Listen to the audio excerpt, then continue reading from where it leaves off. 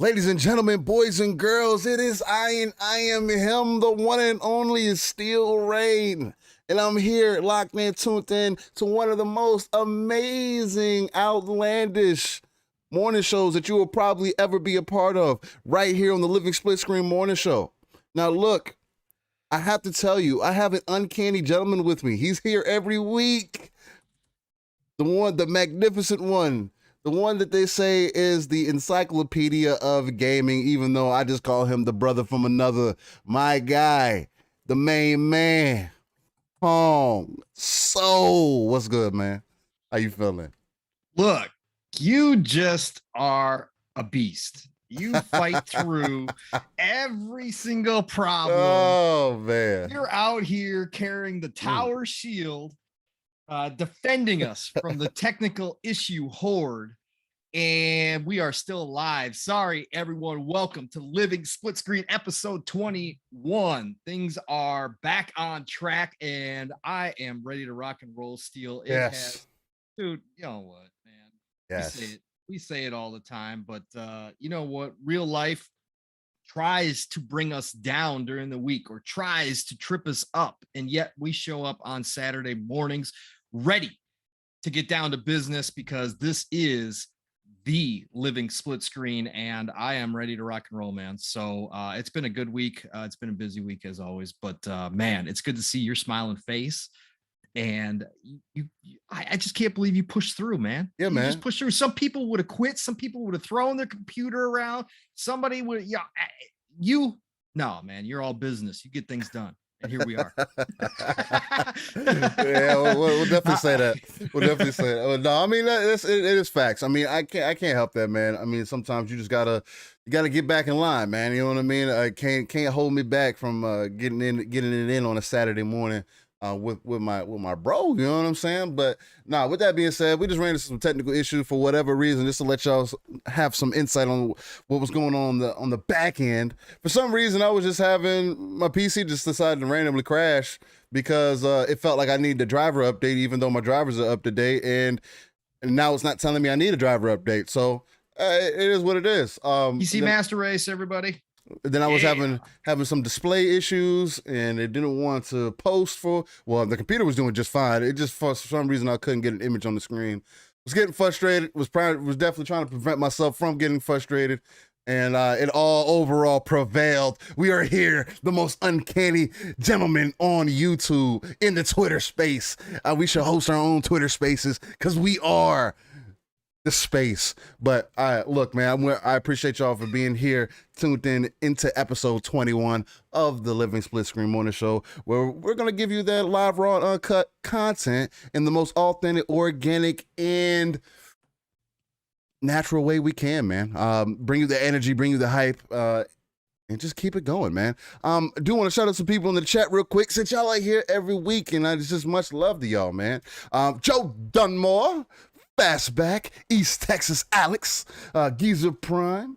Who else we got in here? We got some beautiful people in here today, man. I said Fastback already. Casket Repairs in the house. What's going on? Mr. Kima, back from dead. Good to see you gentlemen in here. You rocking and rolling. Anybody else that you tends to slide on in here, just, shoot us a chat. Let us know how you feeling today. Let us know if you're having a good morning or not, and then we'll keep the ball rolling from there. With that being said, I guess a little bit about my week, man. For me personally, yeah, what you been doing? I haven't been doing much of nothing but playing Destiny 2 PvP. No, but yeah, it's been another Destiny 2 week for me. For the most part, for the gaming time that I have been able to get in. I started off the week with some Hades, and I had to actually put that. I'm not necessarily put it down, but when I play Hades, I like to put some time in it, just because for some reason I always end up defeating myself before the boss or anybody else defeats me. So I mean, it kind of is what it is, but. Been enjoying that, so I can't wait to jump back into that at some point, but it's kind of hard when I keep getting ramped right back into PvP, man. The bro hits me up and he's like, yo, trying to play some Destiny, and we get right back into the Destiny 2 train, and, that's kind of where I've been at. I also wanted to Could have recorded a bunch of Destiny gameplay this week. Decided against it because I've been playing Destiny gameplay for like the last 2 weeks, man. I'm tired of it. No, I'm not tired of it, but I just don't want to show y'all. I don't want to show y'all the same gameplay. I do have that addiction. Again, it's the best PvP shooter out right now. I mean, it's undeniable, bro. Unfortunately, it is what it is. Splitgate sure is up there as far as like what it offers, but it's not Destiny, man. Like, as far as PvP play goes, competitiveness goes, and whatnot. But that's not taking anything away from Splitgate either. Timmer, what's going on? It's Timmer. My Suko, what's going on, my guy? But with that being said, man, that's just been about it for me. Between jumping in and out of Hades and playing some Destiny and work, man, that's kind of week it's been for me. How about you, man? What you been into this week? How you feeling? And what's going on? Yeah, so this week has been another great week of gaming. Again, games. This is where we're at now. And this truly is the best time to be a gamer. I can't believe it. It's funny. This would normally be kind of a dull lull that we would have after E3. And yet somehow, some way, Xbox especially has put it all together where we are just getting content and more content and more content. So this week, of course, I hopped into 12 minutes as it dropped. Great game. I'm not going to give any spoilers because it's one of those games. This is, it's like a movie. So it's very hard to talk about the game without giving away spoilers at all. But I will say that this game is something that if you have Game Pass, you should try. I know, Steel, it's not your type of game, so you're not going to do it. Yeah. But I will say that the game, I understand why, if anybody's been kind of watching the reviews or people talking about it, it's kind of been hit or miss for people. And I can understand why, because there is a lot of trial and error. You are playing the same 12 minutes over again, over and over again. So you're trying to move the story forward. Now, the cool part about this is that there are multiple endings that you can end the game, but not roll credits, but you can finish the 12 minutes of time that you do have, and you can actually get closure on the story in one way. But it's not the real way, right? So there's a lot. Again, I understand why people would say that gets repetitive. Of course it gets repetitive because you're trying new things. But if you like brain teasers, if you like making yourself think to try to figure out a new way of doing something that you've already tried, that this game is definitely for you, which I enjoy. I think this is a very unique game by a single developer who definitely has crafted something special. When we see a lot of copy and pasting nowadays, this is not that at all. It is going to be different for everybody. People are going to figure out how to complete this in different ways, as far as how we all come to the same ending, hopefully, if you do get the true ending. I think that's what makes this something to look forward to. And the acting, a couple of different things. The acting, obviously they've been pushing it. William Dafoe, Daisy Ridley, and James McAvoy. I kind of was telling you behind the scenes, Steel, William Dafoe, because he is William Dafoe, is definitely great. Again, you get that William Dafoe. It is what it is. If you like him, you like him, and you get him in this game. As far as Daisy Ridley and James McAvoy go, you can definitely tell this was shot when there was a pandemic going on. You can tell they're not in the same room reading these lines. And I think for me, that's probably been the most disappointing thing, is that Daisy Ridley and James McAvoy could be any two voice actors, right? They don't stand out. So that's my only thing. Not to say that the acting is bad in any way, shape, or form. Just saying that they don't stand out. It's not like I go, oh man, I'm hearing this great performance from Daisy Ridley, or I'm hearing this great performance from James McAvoy. I'm not thinking that while I'm playing the game, right? And so for me, that's probably been the most disappointing thing. But 12 minutes is very, very good. It definitely is something to look forward to if you are into these types of games. And definitely, I've been putting some time into that one, so and enjoying it. So Right. went back to Scarlet Nexus a little bit. Ooh, okay. Played some more Scarlet Nexus. I remembered Steel. If you pre-ordered the game, you got special weapons and stuff. Mm-hmm. And I totally had forgotten about that. And I was going through my emails, and all of a sudden I saw the email that had been sent to me saying, "Hey, claim your stuff now." And I was like, "All right." So I put in the code, downloaded all the weapons and some of the just some of the costume stuff. And was like, okay, well, I guess now is a good time to hop back in, go check it out again. So started getting back into that again, loving that game. It's still my game of the year up to this point. I absolutely love that game, and I got to finish it. At least the the Kasani side, I've got to get through it.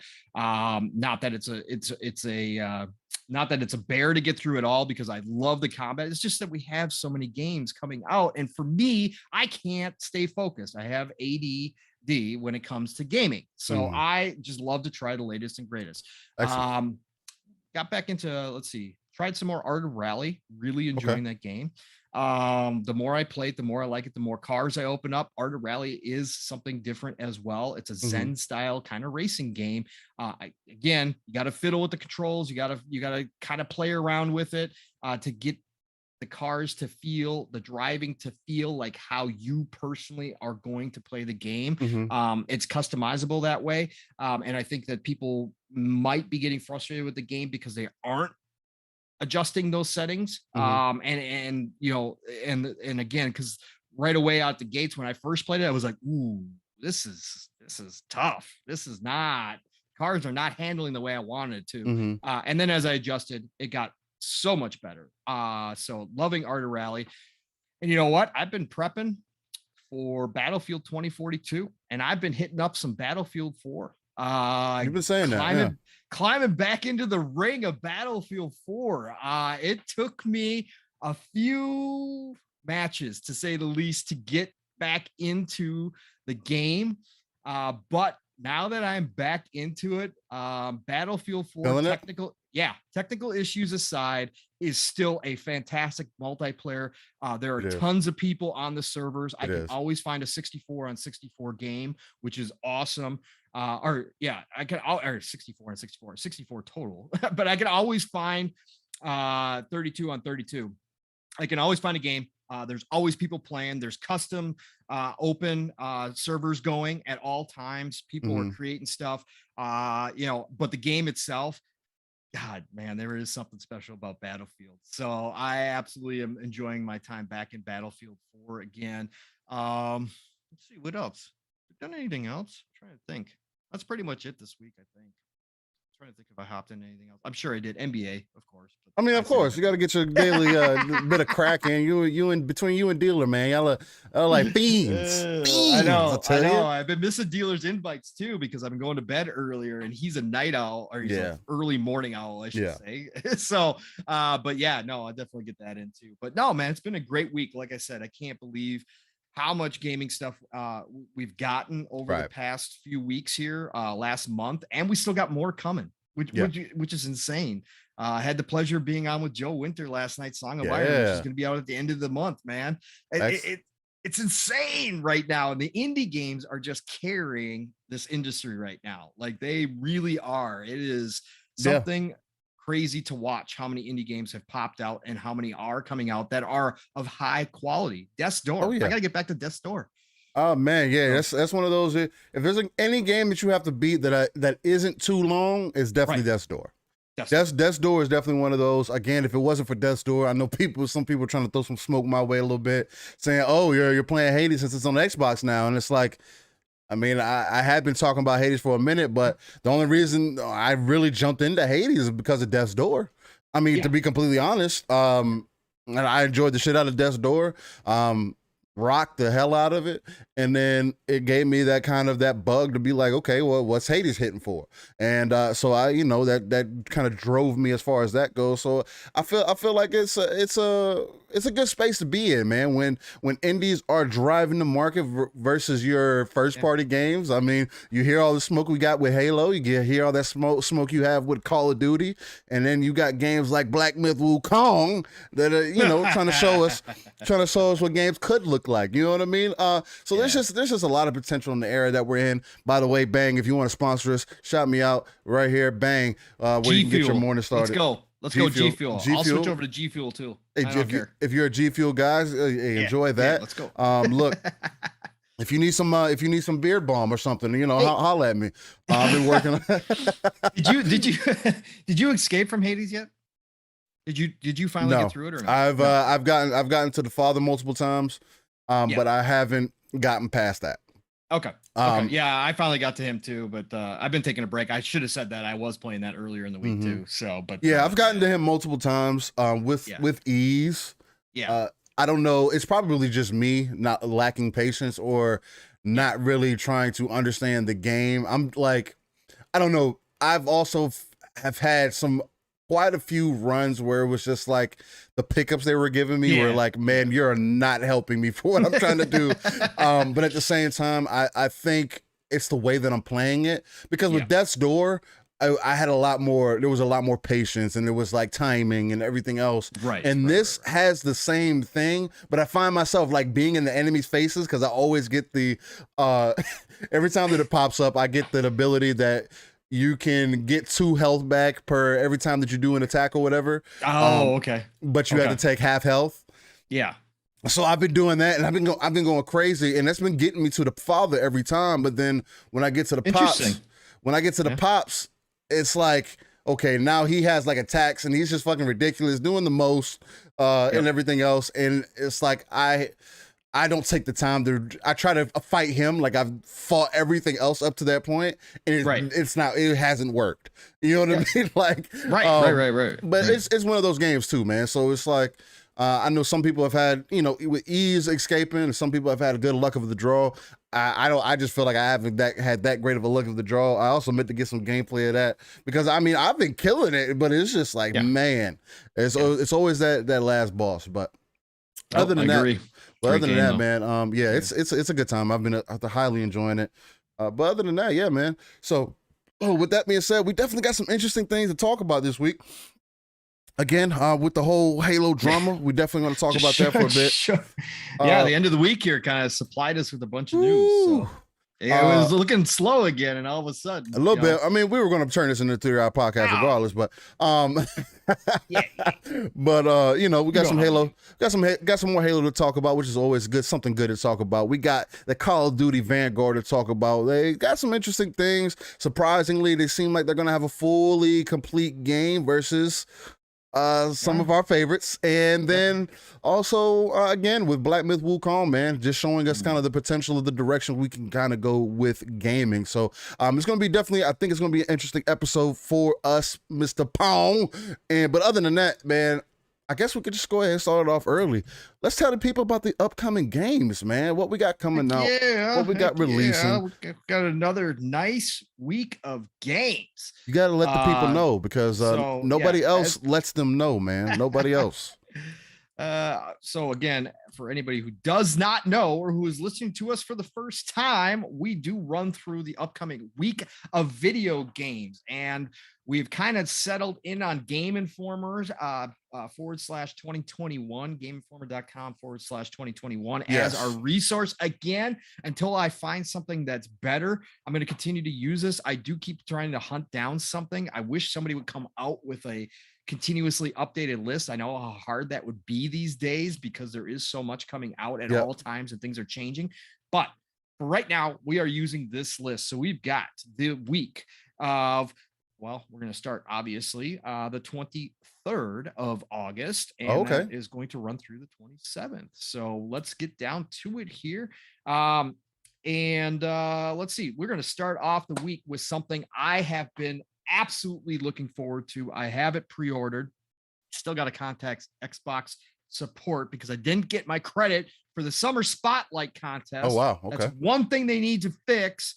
It was a big bonus for anybody that doesn't know. Summer Spotlight is running right now on Xbox. And they've got a selection of games that is continuously being updated from now through, well, they started 2 weeks ago through September the 15th or the 6th. I can't remember what the date is. But anyways, they are updating it with games that are coming out during that time. And if you purchase or pre-order, if you spend $50, you get 5,000 reward points. Wow. Okay. Xbox Ultimate Game Pass Ultimate members get a okay. bonus awesome. gift card and a bonus another $5. So you wind up getting $15 back on your $50 spent. Damn, so that's dope. yeah, so I had pre-ordered Aliens Fireteam Elite. Now this is for anybody who doesn't know, I'm a huge Aliens fan, number one. Number two, this is a co-op multiplayer, but you can also play it single player. They do have bots, and from all the early previews that people had hands on with, the bots are decent. They will pick you up if you are down. They do seem to do very well in fighting. So they are not worthless bots, which is good news. So, but Aliens Fireteam Elite multiplayer co-op, standard, you got your classes, a lot like what we just played in Back for Blood. If anybody jumped into the Back for Blood, you've got your, you've got your weapon selection, all sorts of different weapons. You got your gadgets, the turrets, all the stuff from your favorites in Aliens is in this game. I think they've got something to the effect of 20 some different xenomorphs or more. And so really, really high quality stuff. What I've seen, again, is this AAA? No, it's not AAA. It's made by a smaller team. But it is definitely something that looks like it's going to finally live up to the Aliens hype. There has been very few and far between Aliens games. As deserving as that franchise is of having some great video games, and I hope somebody else does like a big kind of RPG world Aliens. I'd love to see. It'd be interesting, yeah. This far as they sit down and shoot some Aliens kind of thing, looks like they have done it right. And so I pre-ordered deluxe edition, which I rarely do. The regular edition is $40, deluxe edition is $70. It's all cosmetic what I'm getting. But again, it's Aliens. But the game's only $40? Yeah. Oh wow. Okay. $39.99 for the base game. That's something. That's something to hold in consideration, man. I think that's getting looked over. I didn't even realize it was just a $40 game. That's kind of nice. Yeah, it is something to consider. And I think. It's a lot like Second Extinction came out on Game Pass, and a lot of people had a lot of fun. This looks obviously way beyond more polished than what Second Extinction came out as. And so I think that this is going to be a fun game to kind of hold us over before Back for Blood comes out. And I know, Steel, you're not into that type of game or whatever else, but Aliens might draw you in. I play Aliens before I play Back for Blood. I'm just saying. Exactly. That's what I'm saying. Aliens might draw you in, but yeah, it's only a $40 game for the base. So yeah, I pre-ordered this, looking forward to it. There's a bunch of people. It's kind of getting overlooked a little bit just because of everything that's out right now. Cold Iron. It's not a AAA game. But again, from what I've seen, it looks really, really well done.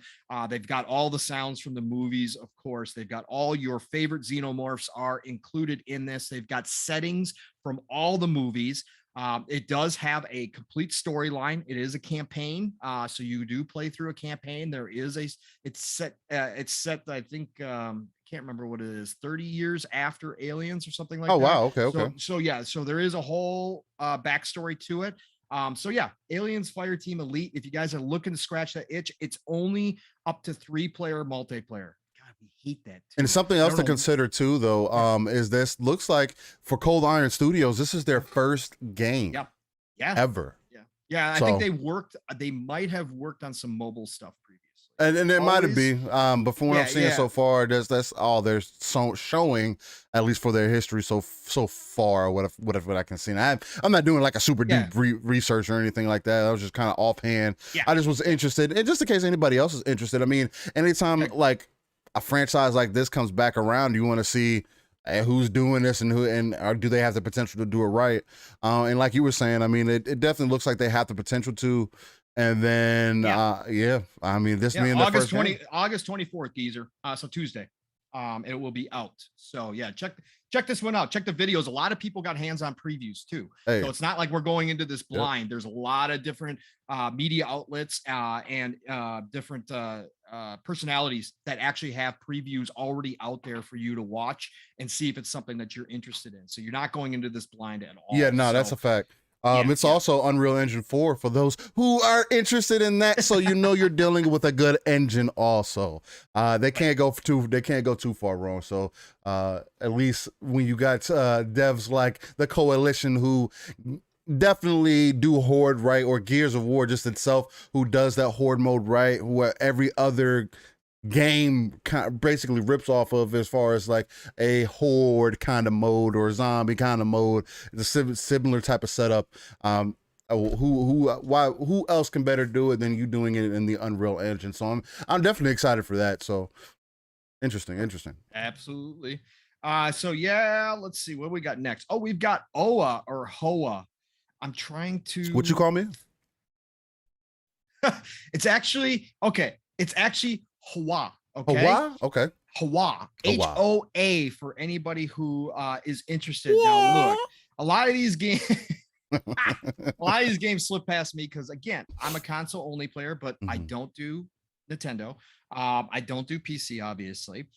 So a lot of these games kind of slip past me. Now, this is a game that as I looked at it, it's coming out for Switch, PC, August 24th. Wah. Wah is what it is. It's a platformer by Scroll Cat Studio, published by PM Studios Incorporated. If you guys have a Switch or you guys have a PC, you like platformers, and you like that Ori kind of game. I don't know how Metroidvania this is going to be. I think it's more a straight platformer. But what I'm saying is, if you want some hand-drawn animation and you want some hand-painted animation, go check this game out. This game is gorgeous.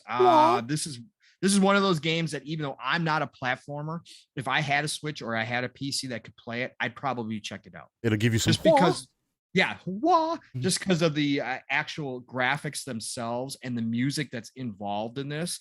HOA, and it's pronounced Wah. I just listened to the developer say it, so to make sure. But go check this game out if you guys love hand-drawn animation. If you love the cartoon style, the anime style, please go check this out. Everything about this is absolutely gorgeous. It looks like they've done some really amazing stuff here. I can't stress it enough. So again, definitely something. Again, if I had access, I would definitely go check this one out. Okay. And that comes out on Tuesday as well. And then we've got actually, you know what? VR is actually getting a new game. Look at this. Wow. For all you VR fans out there, this is coming to PlayStation VR. This is coming to Rift. This is coming to Quest. This is coming to Vive. So everybody in the VR world gets to experience this. It's I Expect You to Die. This is one of the longest titles. Okay, the title is I Expect You to Die 2. Yep. The Spy and the Liar. It's a puzzle game by Shell Games. Again, not into VR, so not my thing. But there obviously must have been I Expect You to Die 1. Yeah, this is number 2. So facts. This is definitely, again, for all you VR fans out there. Hey, you got a new game coming out this week, and that comes out on the 24th as well, Tuesday. Excellent. Also on Tuesday, King's Bounty 2. Look, I never got a chance to play the first one. I watched videos on this because I love my RPGs, right? And I love my strategy games, and I love the mashup that they did with this game. This game has got what I would consider, just from the outside looking in, again, haven't played it, but I've watched a lot of videos on the first one, and I've watched a lot of videos now on number 2, because this is actually coming to console. It's been on my list as a maybe. Now I may wait for this one to hit a sale, or until we get through some of this crazy holiday season we got coming up with all these brand new games. But King's Bounty 2 is one that I am going to pick up at some point. This is by 1C Entertainment. Cook Media is the publisher. And this game, the first one was big on PC. This game looks like they've done a fantastic job. Your decisions matter a lot, like the old BioWare games did. Your decisions are going to matter in during the game. So you are going to have big long conversations with people who have to decide who you're going to help, who you're not going to help. That's going to change how the game plays. King's Bounty 2 is coming out, and this is definitely for all your RPG lovers out there, strategy lovers. Go check out the videos on this one as well. Looks fantastic, absolutely. Again, is it AAA? Is it getting the biggest, gigantic, most biggest budget out? No, it's not. However, if you go watch it, it looks like it could be really, really good. And again, King's Bounty 1 was definitely big in the PC community. So that's coming out PlayStation 4, Xbox One, Switch, and PC also on Tuesday. Sniper Ghost Warrior Contracts 2, which I was not aware of. I was aware of the game, obviously, but I was not aware it had not hit PlayStation 5. No, it didn't hit PlayStation 5 on release. It was planned to come out afterwards. So was there some kind of technical issue or something that delayed it? I think there was a technical issue with it, and they had to delay it. Okay, so everybody on PlayStation 5, you're finally getting Sniper Ghost Warriors Contracts 2. I've actually heard some people in the community that have played it that absolutely love it. Sniper Ghost Warrior Contracts is one of those games that either you love or you kind of hate. It just depending on your style. But I think it's something fun that you can get into. It's got a lot of mechanics with, you got to figure out wind and all that kind of stuff. So it's a little bit more detailed than your typical first person sniper game. But yeah, the Sniper Ghost Warrior Contracts 2 is coming out also on Tuesday for PlayStation 5. Finally, they get to enjoy it. Marvel Future Revolution. We've got a mobile game, iOS and Android, coming out on Wednesday, the 25th. It's an action role-playing game. Okay. All right. So again, as we come to expect with mobile, I'm sure this is going to probably have a whole lot of purchases in game. So, but it looks like they got Storm. I'm just looking at a picture of it right now. They got some X-Men in there. They got Iron Man in there. Man, they got Spider-Man. Okay. All right. So Marvel Future Revolution for mobile, iOS, and Android on Wednesday. If anybody is looking for that new mobile game, maybe this is it. Let's see. We got Psychonauts 2. Ooh. Everybody, I think here in the chat, everybody listening probably is aware of Psychonauts 2. Double Fine. Of course, we've been waiting on this one. Even if you haven't played the first one, yes, you probably will miss some of the references that they make and some of the backstory for Psychonauts 2, but it's definitely not something you have to play. It is available right now on Xbox, the original. But Psychonauts 2 comes out this week. Again, early impressions from people that have been able to play this, and there's been a bunch of people who have had this for weeks now, is very positive. That Tim Schafer and his team have done something special. So I am looking forward to this one a lot. I think that this could have, I think it has the potential to be in the talks of Game of the Year when we come all said and done. I don't know if it's going to get there, but Psychonauts, the original Psychonauts, for people who don't remember, because there's a lot of people who's never played it, was critically received. Like, people loved the first Psychonauts. That's why so many people have been on this hype train for so long on 2. And it sounds like that Tim and his team underneath Xbox has just been able to expand this even further, that they've had all the extra time that they've needed, that they've had all the extra resources. They've been able to run wild with their imagination. And anybody who's played Tim Schafer games know that's what it's all about. And they've been able to take Psychonauts and just do everything that they couldn't do before with Psychonauts 2. So I really think that this has the potential to be in that talk. I'm not saying it's going to be nominated. I'm just saying that people are going to be remembering this one for a while. Steel, is this something you're going to jump into or no? Psychonauts? Yeah. Are you going to try it? Probably not. And again, for me, it's not because I'm not excited for it. It's not because mainly it's just I don't have an interest in it. I didn't have an interest in the first Psychonauts, and I'm really bougie when it comes to I know. story-based games like that. Yep. Just because if I haven't played the first one, I probably won't play the second one. Even with it being in Game Pass, like I'm one of those. I was like, I know people try to give Game Pass so much flack and everything else, and Game Pass is a benefit. But you also have to be aware of your own time, right? It's something I always come back to preach here, is that you have to be confident of who you are as a gamer and know what you stand for and everything else. And again, I don't have to speak on it negatively or say, oh, I don't give a fuck about that game, so who cares? Right. Yeah, of course. I'll never have that energy for this. Game. Yeah, there's no point for that. I'm excited for people who are excited about it. I mean, that gets me excited because again, if it wasn't for these types of games, who else? Where will we be to continue to push the platforming scene or just to push gaming overall to allow these games to exist? What something that excites me about this game is the fact that before ZeniMax and everything was acquired by Microsoft, this game was a half of what it's going to end up coming out to be, which is an exciting factor to me. The fact that they were able to go back in, because they said, if we weren't purchased, there was bosses we had taken out. There were functions that we had taken out of the game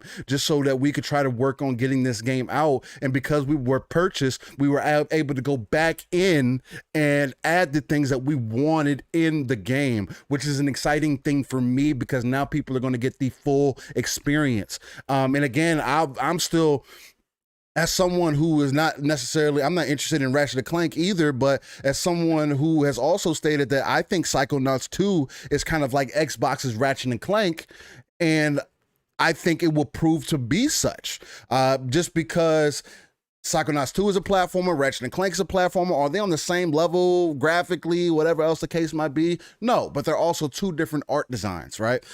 They also play very differently from each other. Psychonauts 2 is more of a psychological game. Ratchet and Clank is more of a kid-friendly action game.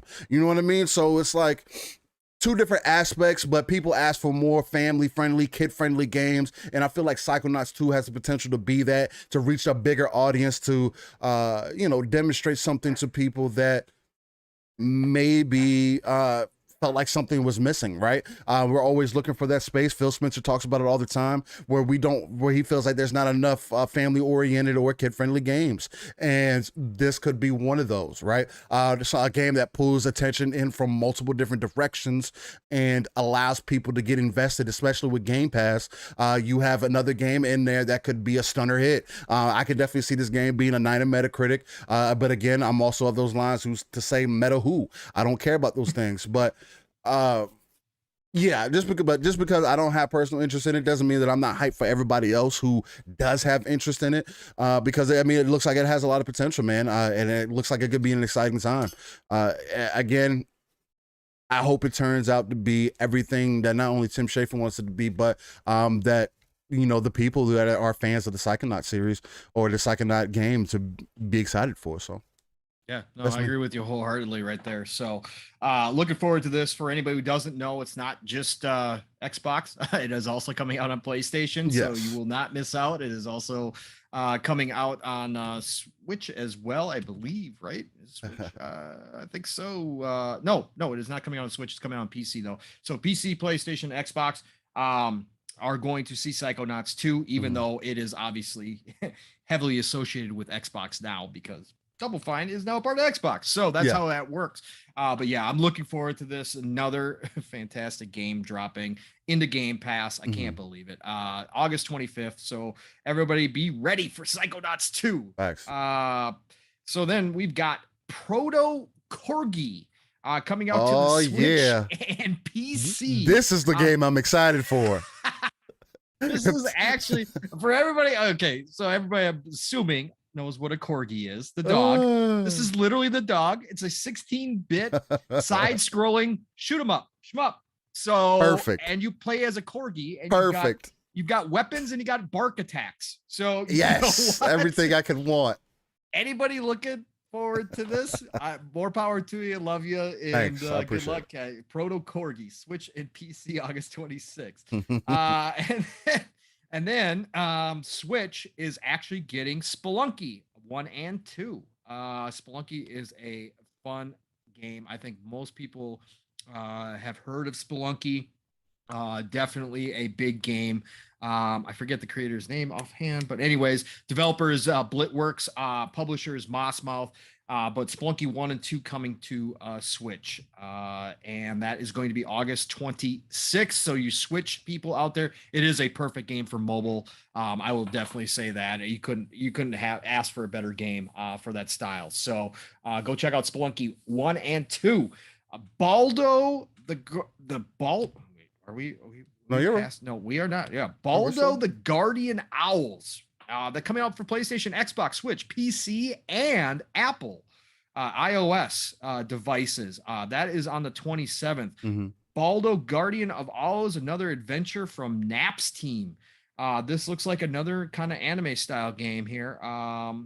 And actually, it's Studio Ghibli inspired, so they are Oh definitely wow. going with an anime style. So Studio Ghibli inspired. yeah, That's interesting. My yeah, wife might be yes, interested in that.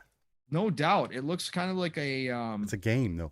yeah, but Interesting. it's an isometric view, kind of looks like art Zelda inspired as well. That They're might be saying. interesting, man. It might be interesting. It looks beautiful. And again, I see where they got their influence from for sure. I mean, the animation style is right there with Studio Ghibli. So, hey, might be one to keep our eyes on.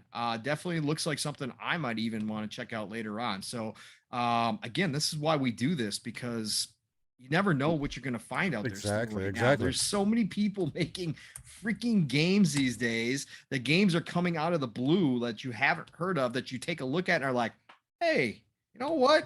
That might be something really freaking cool that I want to try out. So check that one out. Again, Baldo and what did I say? The Baldo and the Guardian Guardian Owls. Owls. Mm-hmm. So yeah, go check that one out. Otherwise, Inked, A Tale of Love. This is coming to Ooh. Xbox and PC. And this is a puzzle game by Sominum Games and published by Pixmane. So that one is coming out on the 27th.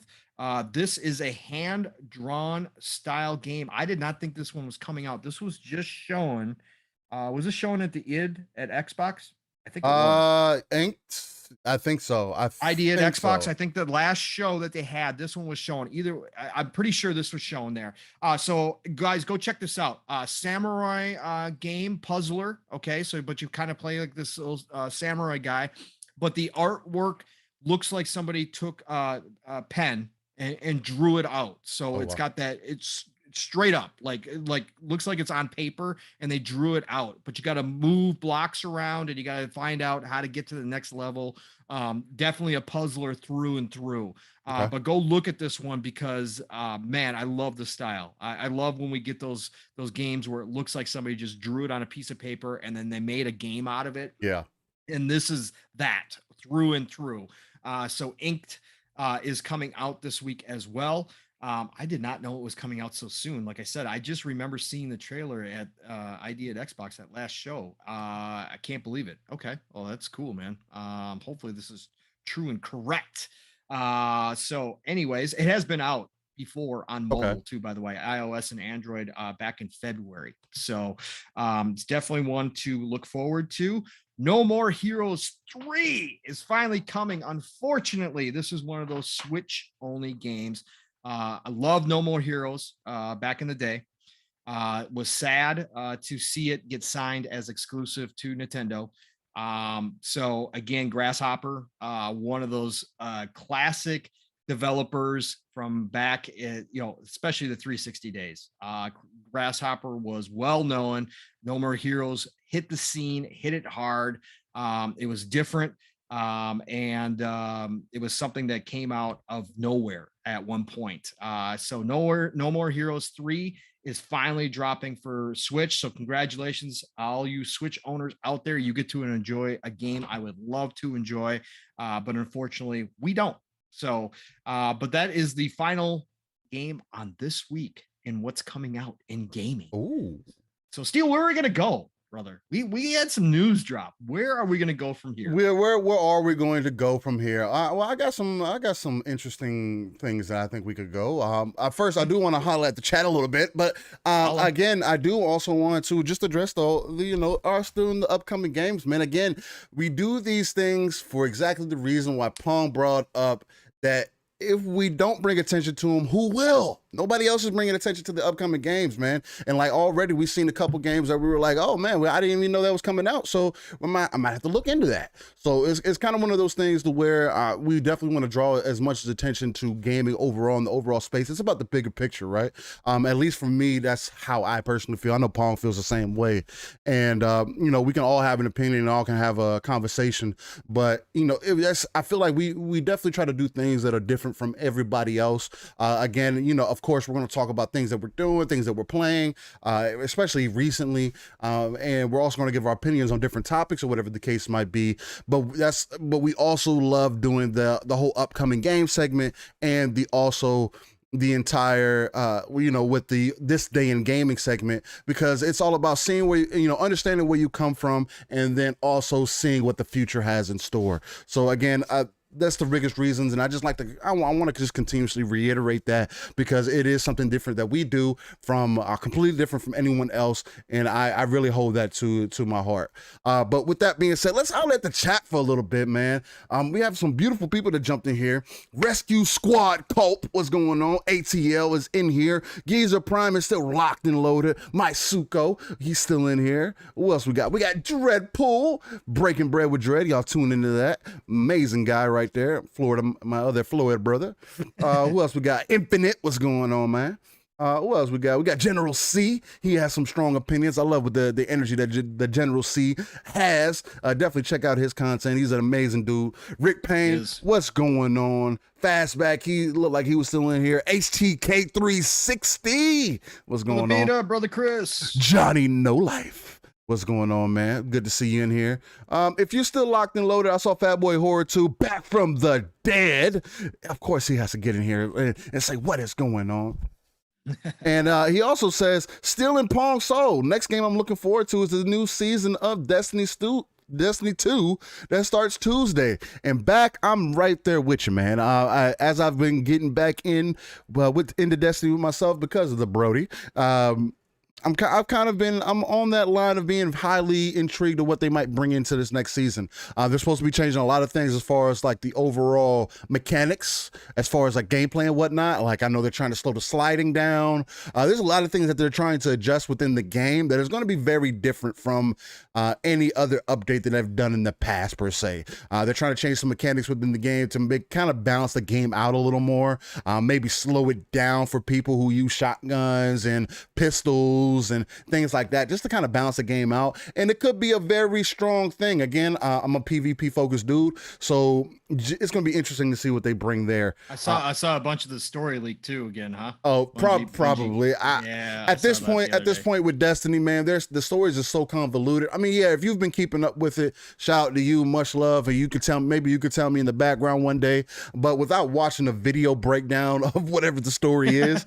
There's a lot of people into the story. There's a lot, like more than I thought there was, because a lot of people were like, avoid this at all costs. There's spoilers out there, blah, blah, blah. But I've heard the story for the people that are into it is pretty damn good. Damn interesting. The story is really good, and the story does do really well. But again, when you've removed yourself, like I have for like years at a time, and then you try to jump back in, the story is not really what I'm looking for anymore. It's more just so the actual gameplay. You know what I mean? Yeah. Like, I don't mind it. Like, I don't mind any of the PvE content and stuff like that, but I'd rather play for the PvP.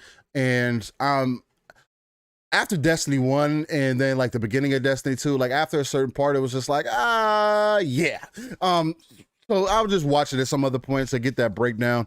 But yeah, so I'm excited. Definitely am excited for that too. But again, I greatly appreciate Geezer Prime says Destiny has a story. Yeah, man, it has a story. You just got to find where it's at on what world and where you got to jump in and how to jump in. And you got to make sure that you bought every single season pass. And there's just so many, it's so convoluted, man. For a game that has so much content in it, they make it so convoluted to access all of its content.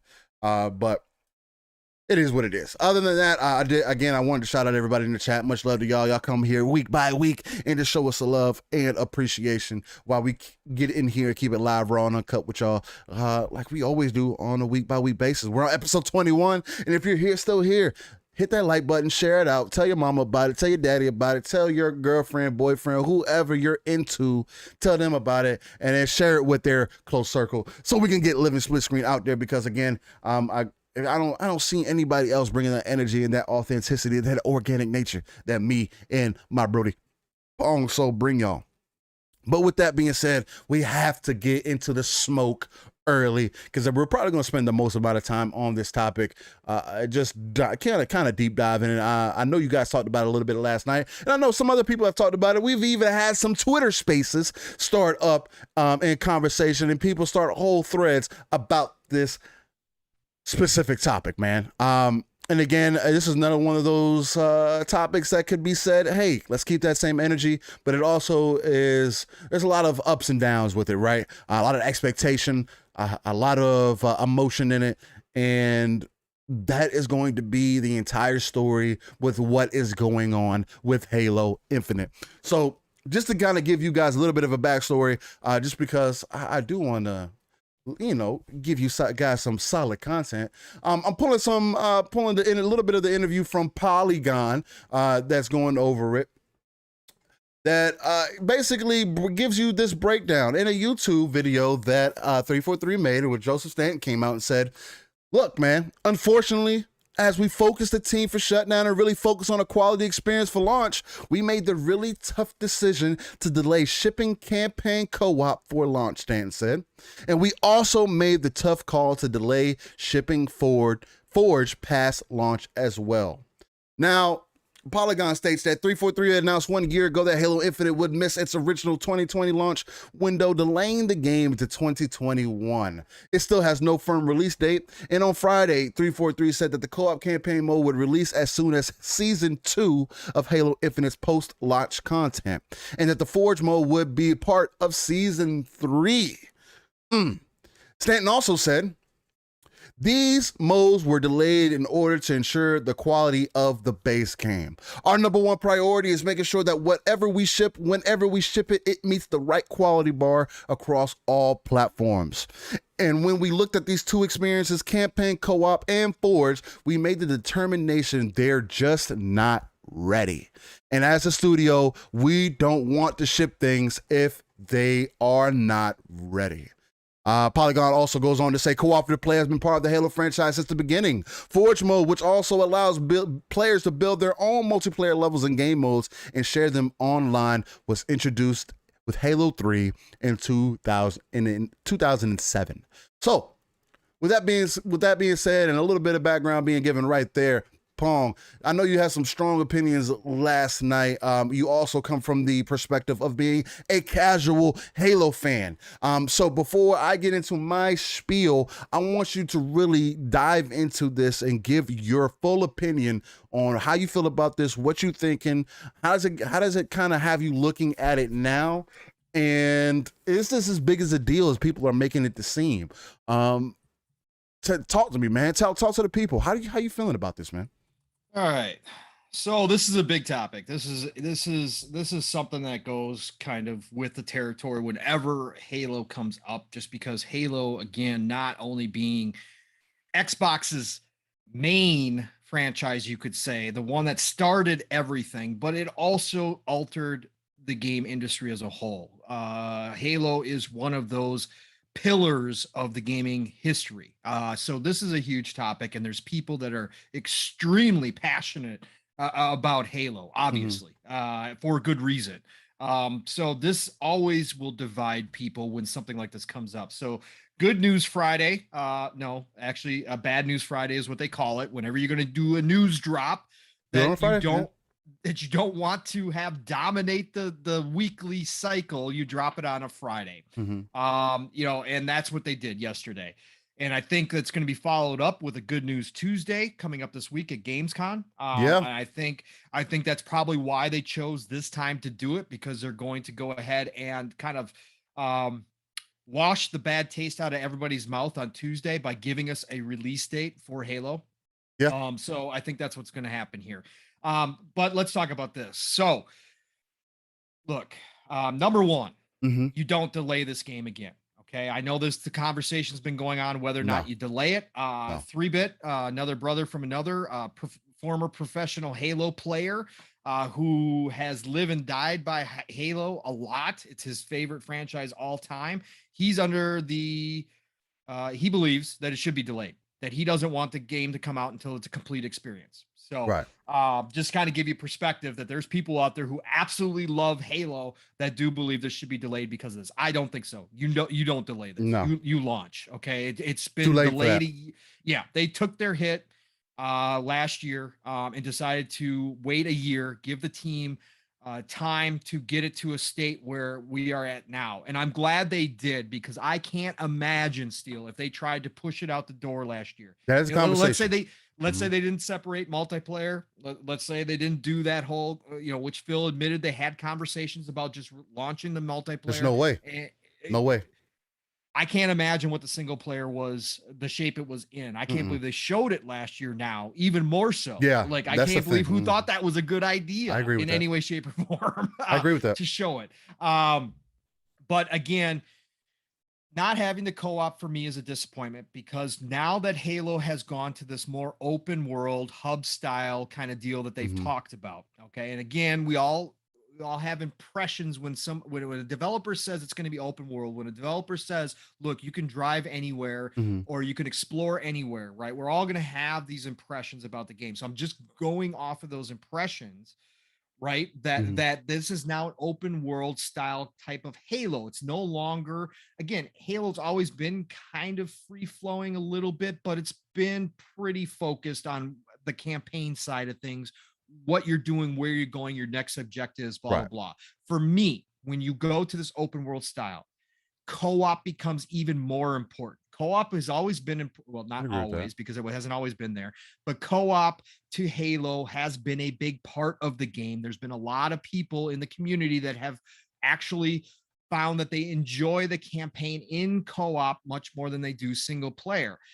Now you have open world. For me, I wanted to go to explore the ring with my friends, right? I wanted to be able to go explore the ring, go see what kind of mayhem we could cause, go see what kind of adventures we could find, not even necessarily focused on the main storyline, but just being able to drive around on the ring, grab a warthog, jump in, grab a couple warthogs, jump in, and go explore, right? That's what I was looking forward to. So for me, not having the co-op is a big disappointment.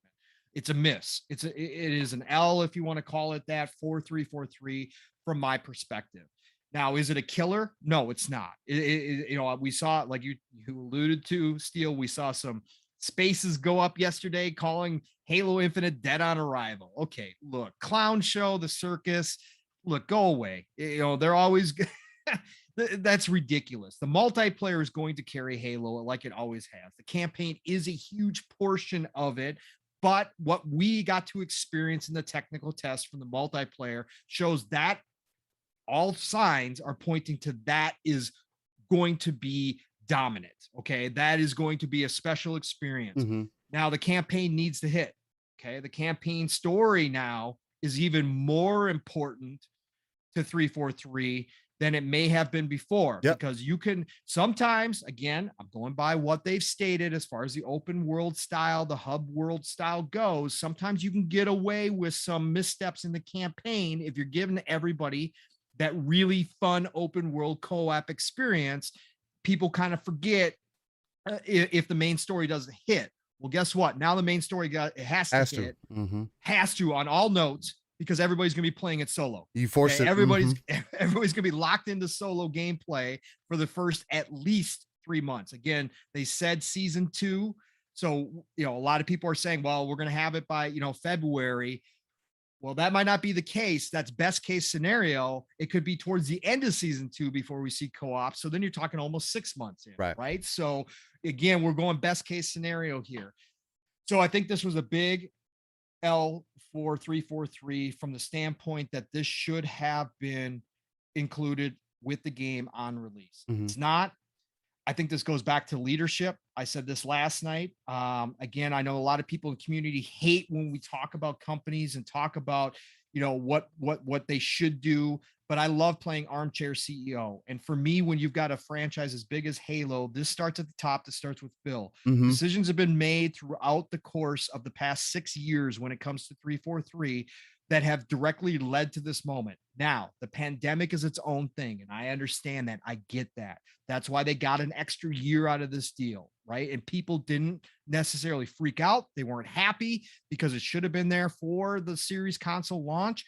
But at the same time, people didn't freak out under the understanding. We saw what happened to Cyberpunk. Okay, delay it a year. Cool. They got a year. But not having co-op, and to a lesser degree, but still, I think important, not having Forge at launch, not having the complete game there at launch Mm-hmm. is a misstep for 343. And for me, it starts at leadership level. It's not about the devs. And again, for all the ass clowns That out shit has there, to stop. for all the ass clowns That out shit there gotta going after stop. the devs, gotta stop. Dude, you're just making this entire community look awful. Stop going Shit after is the trash. devs. Okay. It's wrong on so many different levels, right? The devs are there putting in their time, doing their work. For me, it's the leadership aspect that has to be called into question and should be under review. Mm-hmm. I said it last night. Again, Gas said I was calling for people's heads. I'm not calling for heads per se, but Call I for what think you that want. right. I'm just saying that I'm not calling for that. I think that though, if there's not a review already being done of Mhm. 343 and their leadership style and their goals and how they've set up all their teams, there has to be once this game launches. 343 needs a revision. Okay. I think it needs to be remade as far as the leadership goes. And I think it may have already started. We saw Chris Lee. You and I were talking about this behind the scenes still. Yeah. Chris Lee already left. They brought Joseph Staten in. I think that was step one. Bigger right? reason, yeah. I feel like it was a much bigger reason why he ended up Much leaving. bigger reason. Mhm. But again, when you're talking about a franchise as big as Halo, unfortunately, the price of success means you're under a microscope at all times. Yep. And whether it's fair or not, doesn't matter at the end of the day. Whether it's fair, whether other games get the same critique as Halo, does not matter. It is a price for being considered one of the greatest franchises in gaming history. And that's what you have to live up to. Yep. And fair I or agree. not, 343 took this on when Bungie left. 343 was created to fill those gigantic shoes Yep. that Bungie had made, right? And so, again, this just comes with the territory. And I don't feel for the devs. I don't envy the devs. I feel for them because it is a situation that almost is too big of a mountain to climb because, as we were talking about, Steel, with this Halo community, it's complex because Halo itself as a game Mhm. does try to do more things than some games will ever approach, right? There to be able to nail not only the single player campaign experience, but the multiplayer experience, to throw in a content creator engine like Forge into it on top of it, all the stuff that goes into what makes Halo Mhm. makes it very unique because games don't do this very often. And so that right there, you are going to have disappointed people no matter what you do. We have seen it. It is very hard to create a perfect game. There are very few games that even approach perfection out there, in my opinion, let alone a game of this scope and size with this many moving pieces involved. And so you're going to have constantly people that are looking at it going, well, this should have been done. This should have been done. This should have been done. What are you guys doing here? Why is this screwed up? Why is this not right? Always. Okay. But at the end of the day, a core component of Halo is co-op. And it's not for everybody. Not everybody plays that way. I get it. But a lot of people have come to expect it. And for that component not to be there is just a big misstep. It's a big fail after a year delay. I think it should have been there. There's a lot of other things that go involved in it. I understand that, but I think that it should have been made a top priority. And who knows, maybe it was, maybe it wasn't, maybe it was something that was just thrown, thought of after the fact. They focused on the single player alone and the multiplayer alone first and want to make sure they got those two things right. And the co-op was one of those on the list of, hey, If we can get this done, we'll get it done. But right now, we've got to put resources over to the more important things. I get that. I just think that it puts a target on their back. Again, like you said before, Steel, meta who, I think we both agree we don't care about scores, but there is a portion of the population of gamers that do read reviews, do listen to them for their gaming decisions. And Halo had a chance to come out as the most complete Halo that they've had in a long time, and especially for 343 to cement their mark. Now they put a target on their back because we already know there's bias. I believe there's bias. We don't know anything, but I'm saying, of course, I believe there's personal bias when it comes to reviewing Xbox games, and especially Halo. Halo is again put underneath that microscope, fairly or unfairly, and everybody expects every piece to be absolutely perfect for it to get a good score. Now you give the reviewers an easy out. Those reviewers who did not want to give Halo a great score now have an easy out, even if everything is really, really good, even if everything else is deserving. I can already see the reviewers starting out with, yeah, but it's incomplete. It's not the complete experience. It's missing co-op. It's missing Forge. Yeah, I had a great time playing the campaign as a single player, but man, I was really missing that co-op. I really wanted to jump in with my friends. It's too bad it wasn't there. I can already hear the reviews coming down the pipe. And again, if seeing the clown show and the circus is any indication, again, that's the extremist. So it's not going to be like that. We already know where people are going to hit this thing, right? We already know the weak spots people are going to go after. And this is one of them. So for me, I just think that they gave everybody an easy target. It's sad because if this game comes out as close to flawless as possible, there's still going to be the detractors out there that step back and go, but, and that's unfortunate. So again, Halo Infinite's going to be fine. Halo Infinite's going to be here for at least the next 10 years. Halo Infinite is going to dominate with the multiplayer, the free-to-play aspect, the season passes, how they're doing all that. If the tech test that we got is an indication of the whole for the multiplayer, this thing is set to return as king of the multiplayer because it is going to grab so many people's attention. So I just... Overall, it was a disappointment. They released it on a Friday, the information on a Friday for a reason. They knew it was going to hit hard. They knew that people were going to have some big opinions on it both ways. I've seen other people say, who cares? Just don't buy it if you don't want it. Just wait until the co-op's out, right? All that kind of stuff. And that's fair. Again, I'm not taking away from those people. That's absolutely a fair assessment. If you don't want to play it without co-op, then just wait on it.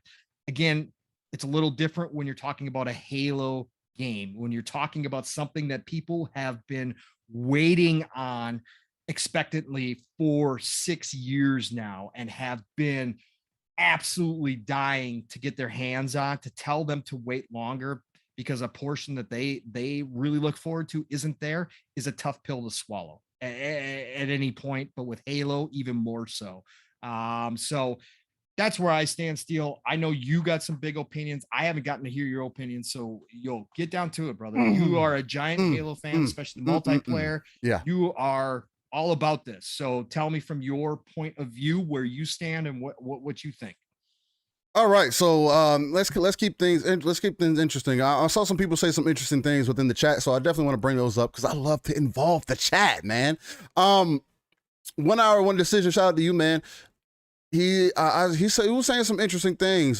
For example, like he started off with saying Stanton just got there though, and wouldn't want a half-baked game under his leadership, which I can definitely feel that. I also see Geezer Prime also brought up a solid point. I haven't heard anybody comment on Phil's interview where he said Halo was in a good place for holiday. He had to have known about these issues during those interviews. And some other people have been saying some interesting things. HTK just said the most recent interesting thing as far as saying anybody who would think that Halo would get universal praise even if it was 100% perfect is delusional. And with that being said, that's a good place to start at, man, because there's other people who have said the same thing, and it's probably going to be a Halo fan thing, and you can call me a stan, you can call me whatever, fanboy, whatever you want to call me for Halo. But Halo is the only game that's on one specific platform that is now going to release on multiple platforms, not only on PC but also on cloud, where it has to have everything. Other games can release with only their single player, tell you that there's going to be a multiplayer, and it never release, and still have no sign, no shade, no nothing or inkling that multiplayer is ever going to release. And I guess that's okay for some people, right? I've seen people use the excuse, let's just throw Last of Us as one of those into that conversation. Again, I do not want people to get stuck on, that's a third person game, and it's a story driven game. No, the first Last of Us had a story, and it also had multiplayer included. The second one was also supposed to have multiplayer included within the game, and they were not able to release it day one, and then told you that it was going to come out shortly after, and we're almost 2 years later, and it still has no sign of releasing. But people make the excuses for it. Oh, it's a single player game. Oh, whatever. Coming from that perspective, Halo has always shot itself in the foot, because Halo continues to evolve itself and be better and better and better than the previous title was. With Halo 2, with Halo 3 again, they released Forge. Yes, co-op has been there since the beginning. I completely understand that for the most part. Split screen co-op is still going to be there. You still have the option for split screen co-op, per my understanding. It's just going to be like playing with your buddies that aren't in your living room, where it's going to become a problem. Now, if we can't do split screen co-op, I mean, also that's an issue, but we'll just talk about co-op overall. Yes, is that an issue? Yes, because it is something that has been there for a while. Forge not being there is not that big of a deal to me, because Forge has always been one of those things, especially with how expansive they said they were making this Forge mode. I can understand why I got delayed. Now, is it acceptable? Nah. I'll be the first one to tell you that everything that is going on in this situation, is it acceptable? No, it's not acceptable. You have 1,000+ people working on this game. You've had 6+ years of development on this game. You've had plenty of time to work on the back end or do whatever you needed to do, but no, you got 2-3 years in and said, hey, we want our own engine. You got 2 to 3 years in, and it's blatantly apparent to me, at least, that co-op wasn't on the table in the beginning. It seems like to me personally that they focused on, hey, we want to put out a good story. That was the goal. We want a good single player story. We want excellent multiplayer, and then we'll move from there. One Await says Halo co-op is not the main part of the game, it's the campaign single player mode that has to be on point in multiplayer, and this is not the first time Forge hasn't launched with the game. It's a bonus mode, and I have to 100% agree. I do. Co-op isn't a main part of the game. Halo is a single player. It does have a single player experience. Again, every Halo doesn't have co-op. Those are things that are all true. Now, again, is it that big of a deal to me? No, it's not. I've always played Halo story modes by myself on Legendary, because I wanted to get that full experience in the beginning, before I even hopped into PvP. That's just something that I've always done. Now, have I gone back afterwards and played co-op or split screen with my brother, with some family, or whatever else the case might be? Yes. Do I understand why people are frustrated about this? Yes, because you were anticipating being able to hop in with a buddy, hop in with a family member, and get in there and have an excellent experience. I just do not think that was the focus this time around. And I feel like it is null and void for you to have this expectation of Halo when they didn't tell you that was something that was going to be there day one anyway. They didn't say, hey, we're going to make sure that that the co-op is there. They didn't say that. You know what I mean? Like, other games do this same thing, and it's given a pass, and it's okay at that point. That's the problem for me. That people are saying, hey, well, this was in other games, so I expect it to be here this time. Cool, that's cute and all, but you also have to look at it as these features have not been in every game. They haven't, not at launch. If you really want to go back and do your little bit of research and history on it, it hasn't been there in previous iterations, not in the beginning. And it is what it is as far as that goes. Local split screen has always been there. That's something that's always been available. Now, if local split screen isn't there, again, yeah, I feel you. You have a reason to complain, bitch, moan, whatever you want to do. I feel you. Again, I completely understand the people who are like, oh, co-op, man, I was excited for it. I understand that.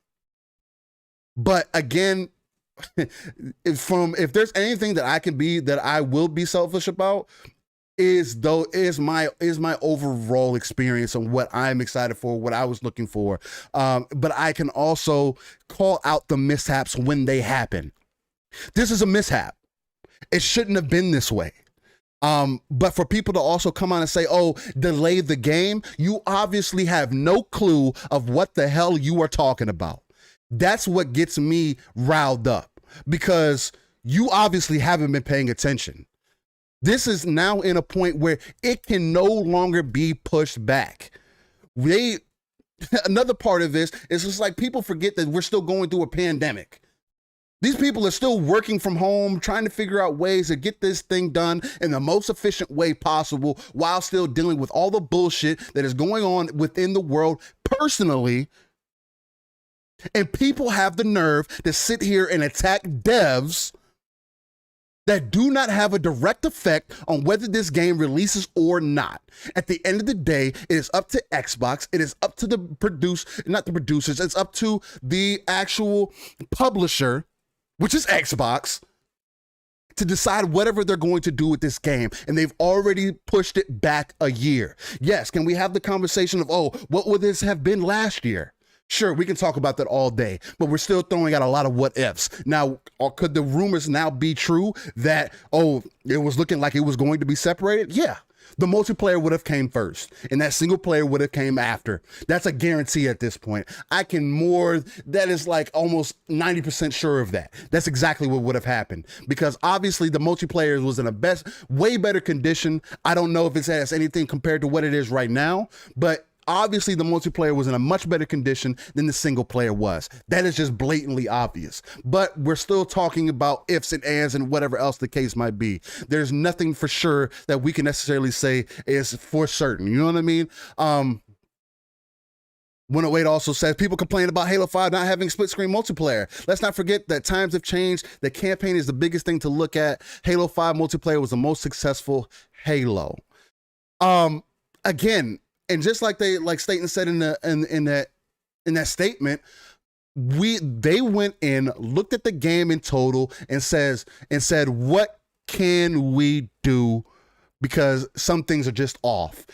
And he blatantly just states that we want to have the best experience possible, so we removed these things. Forge not being there is not that big of a deal. People need to learn about the base game. You need to learn what is all there essentially with the game at launch. Learn the guns, learn everything else, or else people are just going to be throwing shit at a wall and expecting for it to stick. Now, could have people come up with great ideas, spent 40 hours or 100 hours in the first week of the release? Yeah, people would have done that, sure. But again, we're dealing with a lot of up and down in information. This, I personally feel like, is being overblown. Because if you're not going to look at your other games that do the same thing and promise you so many other things, i.e. GTA, i.e. Last of Us, i.e. What other game do you want to throw in there? Elder Scrolls is one of them. Who else you want to throw in there? This Call of Duty does the same thing. Year after year, they do the same thing. Now, we'll talk a little bit about that, because it looks like even with all the shit that they got going on in the background, that they're looking like they're going to have a complete game. But there's still, fuck that game. Fuck Call of Duty overall. But that's just my personal opinion. But we'll talk about that later. But just overall for Halo, I feel like this is being much more overblown than it should be. People are just looking for a reason to give Halo some kind of hatred that it unnecessarily needs. Now, again, do I understand the frustration? Yes. Steel. I completely. Steel. I not understand. to interrupt you. No, go Steel, ahead. No, not to interrupt you. I just got to step away. So if you just keep talking, no, you're good. You're good. You're good. All right, cool. All right. You're good.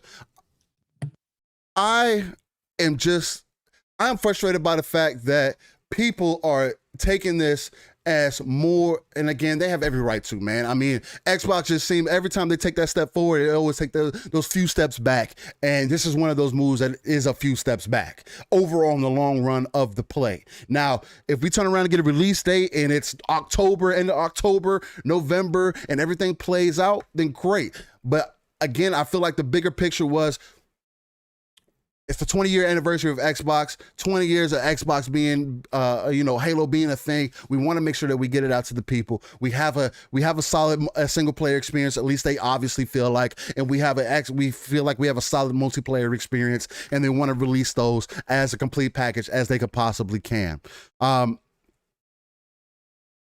Dan the Man says, couch co-op is a staple. I raised my boys playing together. All I want to do is play through the campaign with them like old times, but now I have to hope that I don't have the game ruined by spoilers. And I mean, you're right. We also live in a different era, man, where things are going to be different, where you have to avoid spoilers. I don't pay attention to none of those things. Like, I don't have those. I understand not everybody the same. Again, everybody has different perspectives, have different options, and some people can't avoid these things. And who's to say that couch co-op split screen will not be there? They just said co-op wouldn't be there. I don't know if they solidified the fact that split screen is not going to be there. Again, even if it is, or whether it is or not, it's still a mishap. At the end of the day, it is what it is. Again, does it directly affect me? No, but who cares? At the end of the day, people just want something to throw smoke at. For me, that's how it comes across, because fortunately, I don't have a better way to put it, but the same energy isn't kept across the board. And that is my problem with this entire situation, is that you're not going to do the same thing for any other company. Not only that, but you're not also recognizing that Halo is the only game that gets this criticism, that has to do all these magnificent, has to do 10 different things for it to be okay. You have to have forwards. You have to have co-op. You have to have fire. You have to have the fire team. You have to have the firefight, the horde mode. You have to have A, B, C, D, E, F, and G for you to even be a 90 game. Period. It's the only game on one individual console that has all this expectation set to it. And mind you, 343 did it to them fucking selves. They did. Xbox has done it to themselves. They did. The expectation is there. It is what it is. And I can sit here and admit that to you all day long. But don't sit here and then compare, Halo needs to watch out for the big Call of Duty. Oh, Halo needs to watch out for the big Battlefield. Oh, Halo needs to watch out for Splitgate. No, it don't. Look at the way people are talking about it. Everybody likes to downplay this shit like it's nothing, like it's completely irrelevant. And look what y'all doing. People are starting Twitter spaces. People are starting Reddit forums. People are starting whole conversations purely based off a game that people said was irrelevant, that people said would struggle. People are starting entire themes around a game that people said was dead. And now look at where we're at. People was like, oh, it doesn't have co-op or forward. It's not good enough already.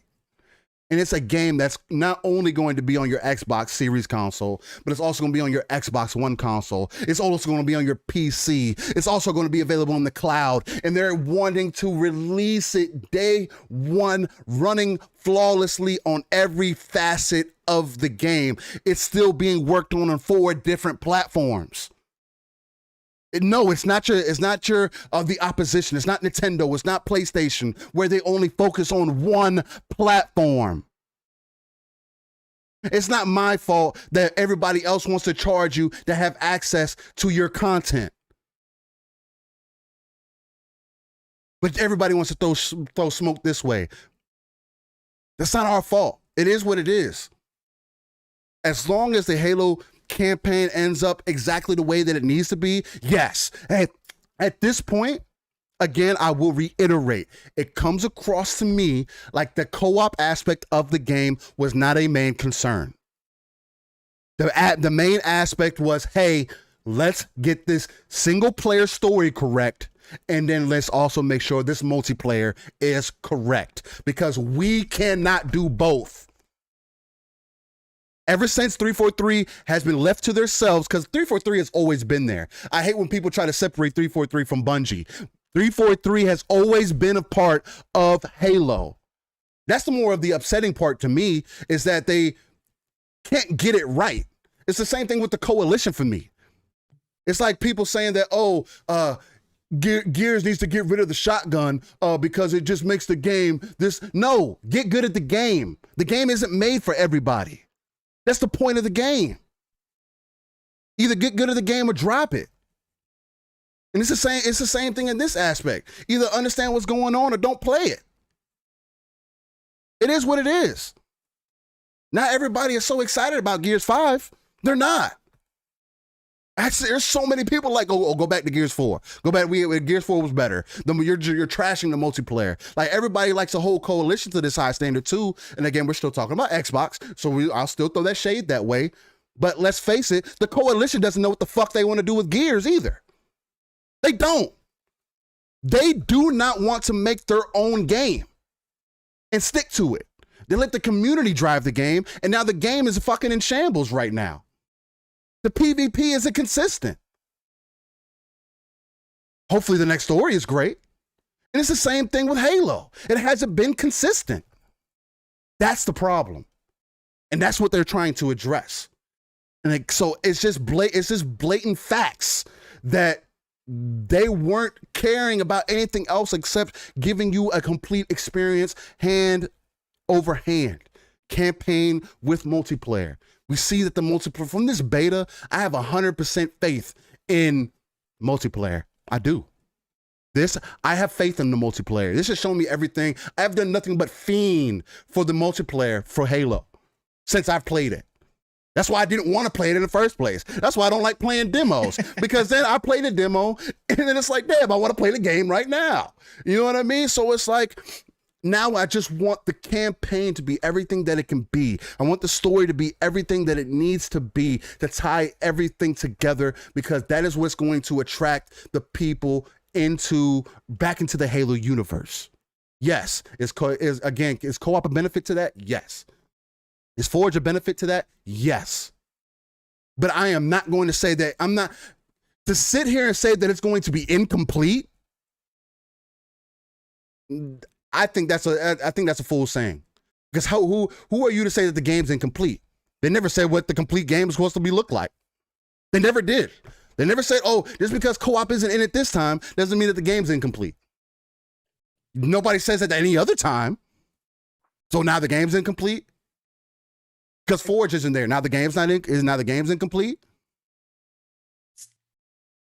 That's just me. Steel, but you got that. But that's and that's a perfect valid point, right? That is the majority of cases when we're talking about games, right? Mm-hmm. And like I said, though, the expectations, whether fair or unfair, are different for a game like Halo, and there's a reason for it, because it is so gigantic. So you are correct. In most cases, you absolutely are 100%.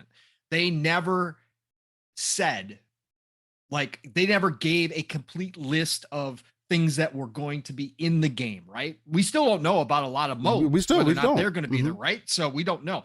They never gave that complete list. And, so all the Halo fans and everybody out there didn't have this list. And all of a sudden, 343 came walking by and said, yeah, by the way, you're not going to get this and you're not going to get this right away.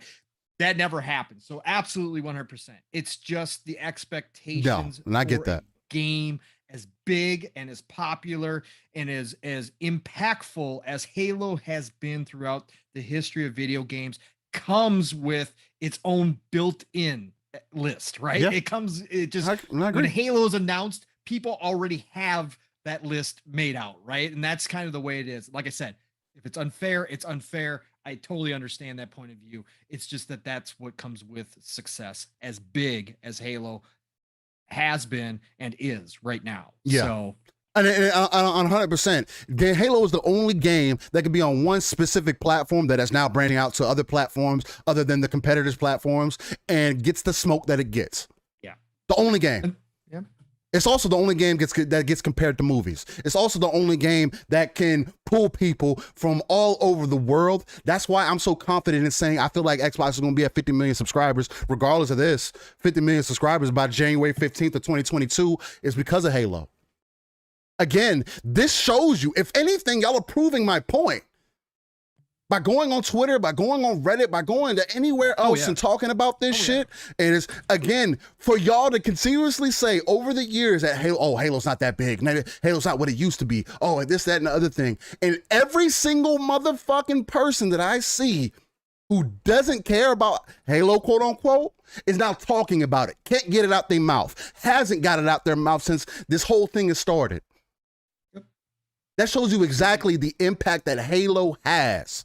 And yes, you can be passionate. Yes, you can care that these things aren't there. But do not sit here and tell me again or tell anybody else that Halo is not where it used to be. Oh, this isn't back then. Halo's not, it's not the same beast as it used to be. Obviously it is. Because if two things are missing, now the game's trash. Without a list, without them telling you exactly what to expect, without them setting any kind of expectation. Oh, now that two things are missing, now the game's trash. Oh, now you're worried about it. Man, if you don't get your fake ass worry and your fake ass crying up out of here, you don't do that shit for any. What gets me tight about that shit is you don't do that for any other game. You don't. You talk about it for a day and then that's it. But you'll talk about Halo for the next year. Oh, I'm worried. I'm worried about what they got going on. I am worried about the management. I am worried about that because obviously it's an issue. Chris Lee isn't there anymore. Somebody else who has been very prevalent within Halo isn't there anymore for a reason. Joseph Staten came back for a reason.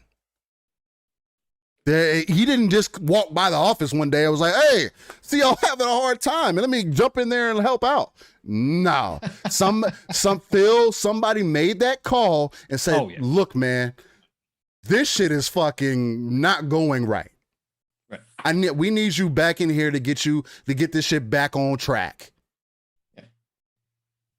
Like I think Halo just highlights Steel. Sorry, no, you're good. I just think Halo highlights what you were just talking about, though. Halo highlights a big portion of what happens with the extremists, with the clown show. It's funny that they can all sit every single day and talk about how Xbox is pointless, Xbox is worthless, Xbox is that's trash. all you fucking talk about. Xbox is Xbox is worthless. Game Pass is no good. All these different things that they bring up for such an important for a console and a publisher and a company that you seem to think doesn't have any place. You sure think it's important enough to talk about every day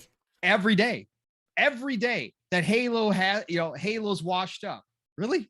So why are you talking about it? It doesn't matter then, right? It's not going to matter at the end. It's washed, right? Who cares? Yeah. Right. It's washed. What, how is it going to affect you? It's not going to affect you. How is it washed? Who cares? And if Xbox is pointless and Xbox doesn't do anything for the gaming industry, why are you talking about it? Who cares? It's a small little tiny, nobody plays Xbox, right? Nobody buys Xbox games. So why do you care? It's not affecting anything then, right? Because it's the last place of the consoles, right? So how is it affecting anything? How is Game Pass doing anything if nobody's using it, right?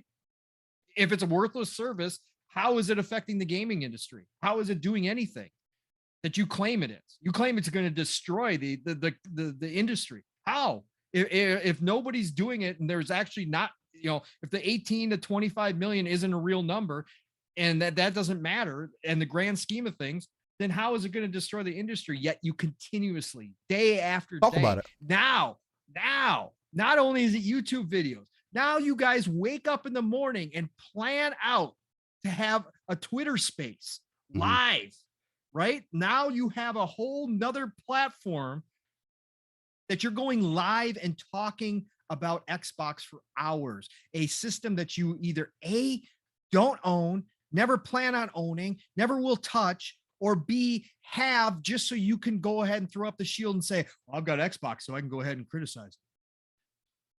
No, Stop.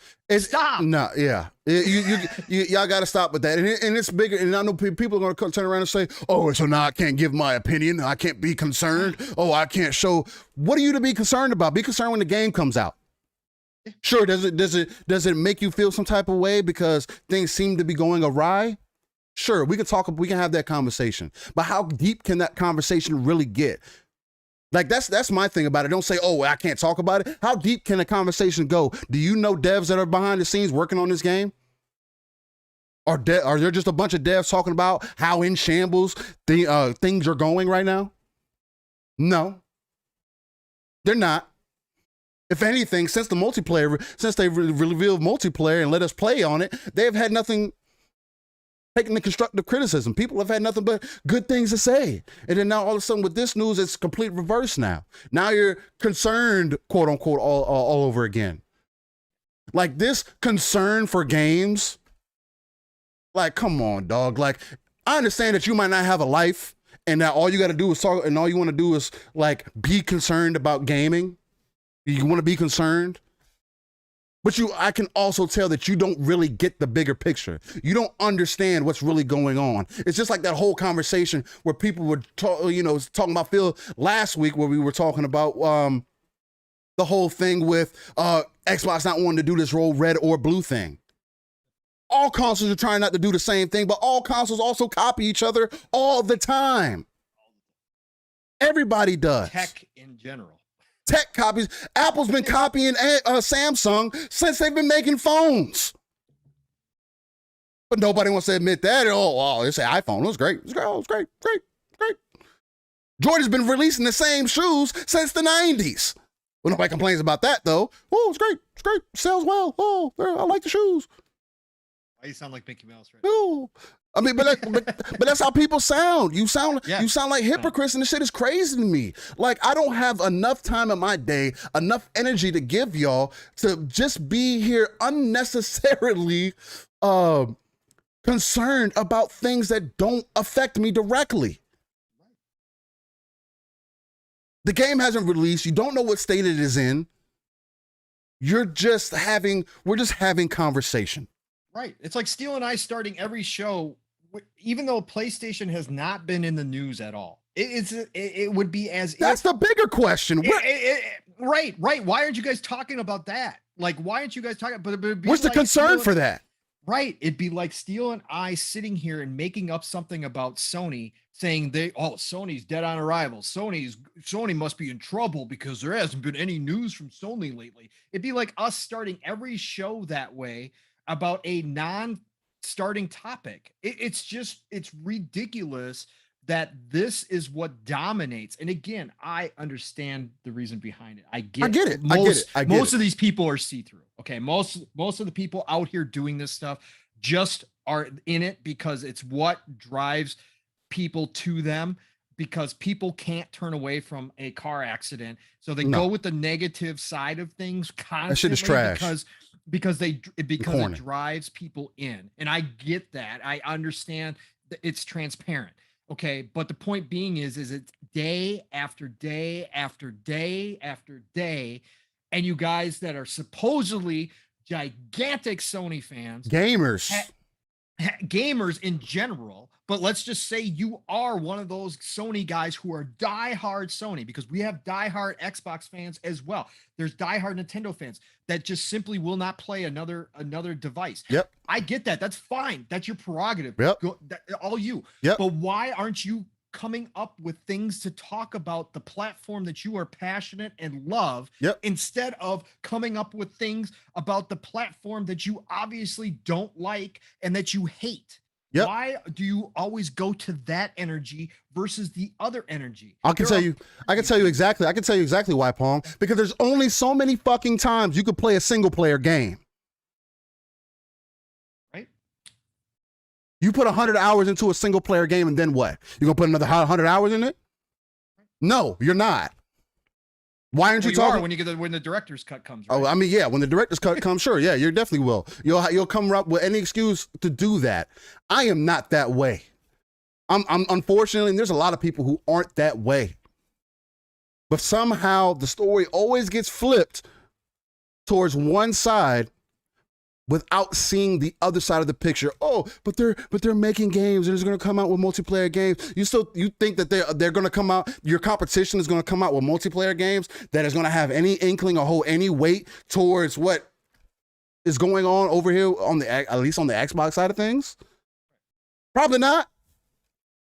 Sony just still hasn't proved that they want to take advantage of the Azure servers yet.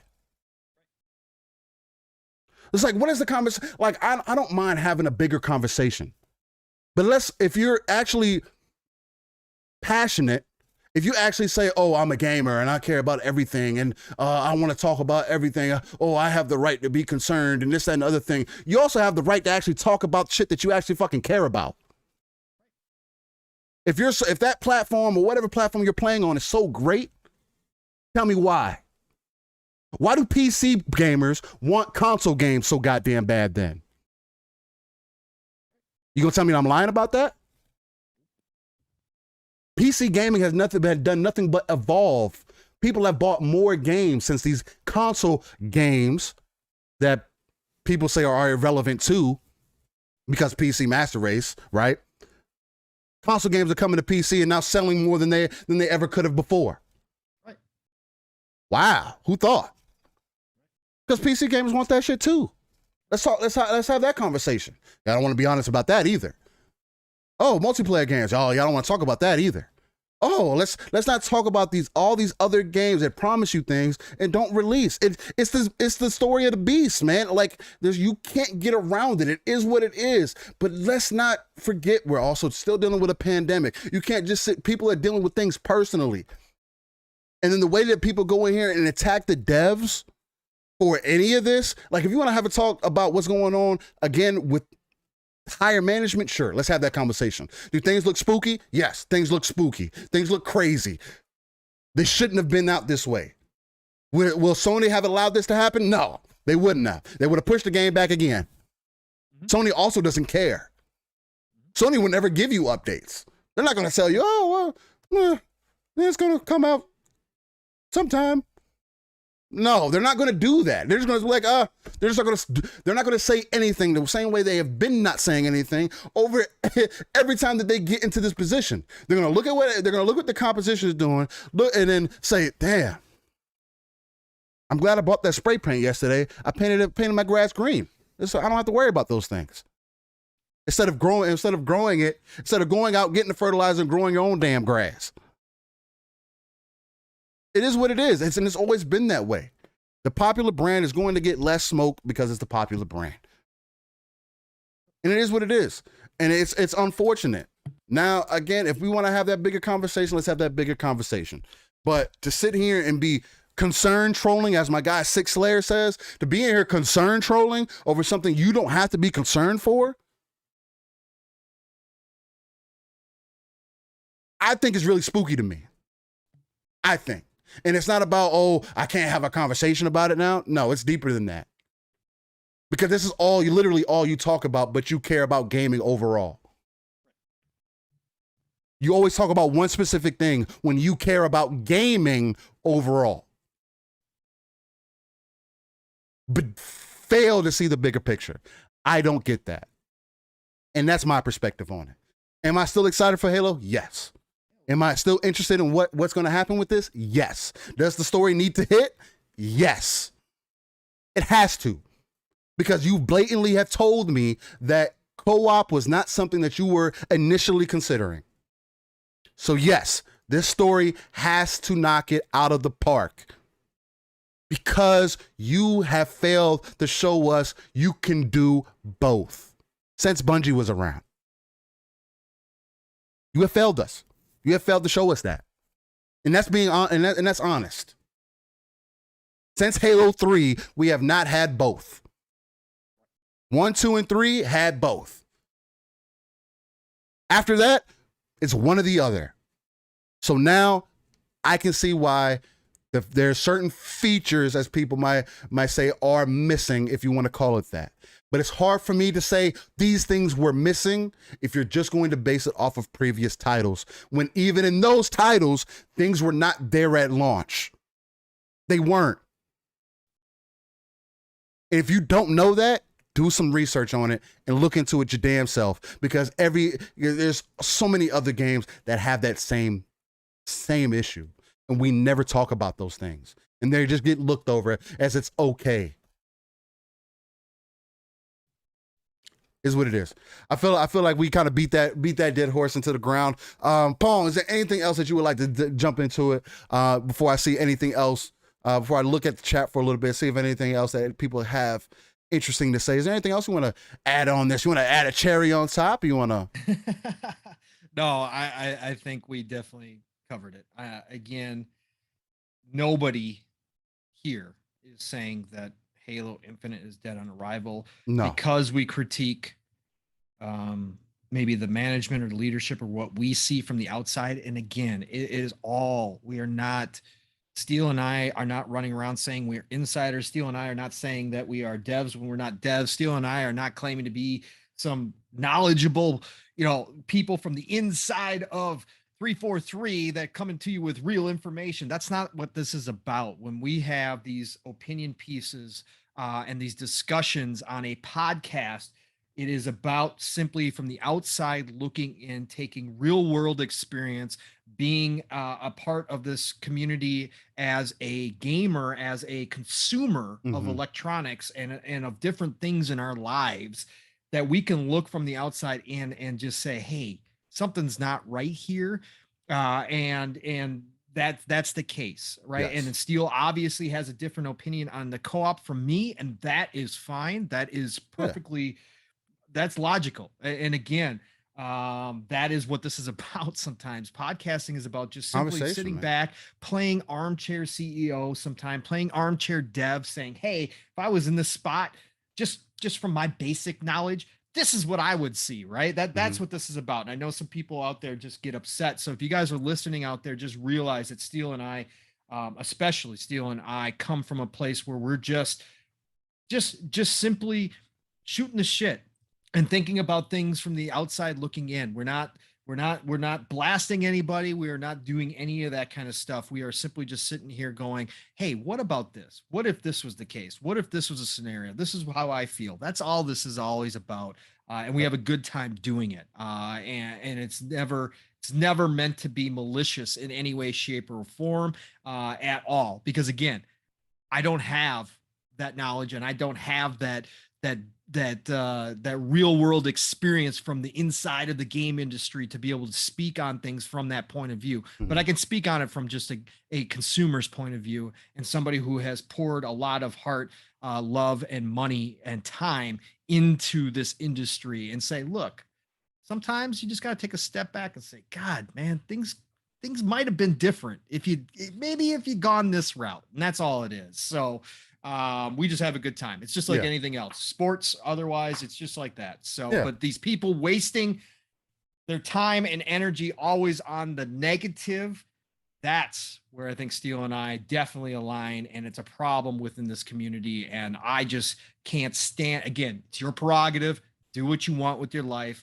I have just learned that if you put out negative energy, expect it back tenfold. And I just don't like to do it. So yeah, I mean that's definitely a point. If you want to spit that negativity shit, if you want to think that shit's cute, think that shit's funny, that's how you spend your extra time. Cool, man. I mean, you do your thing. That's nothing new to me.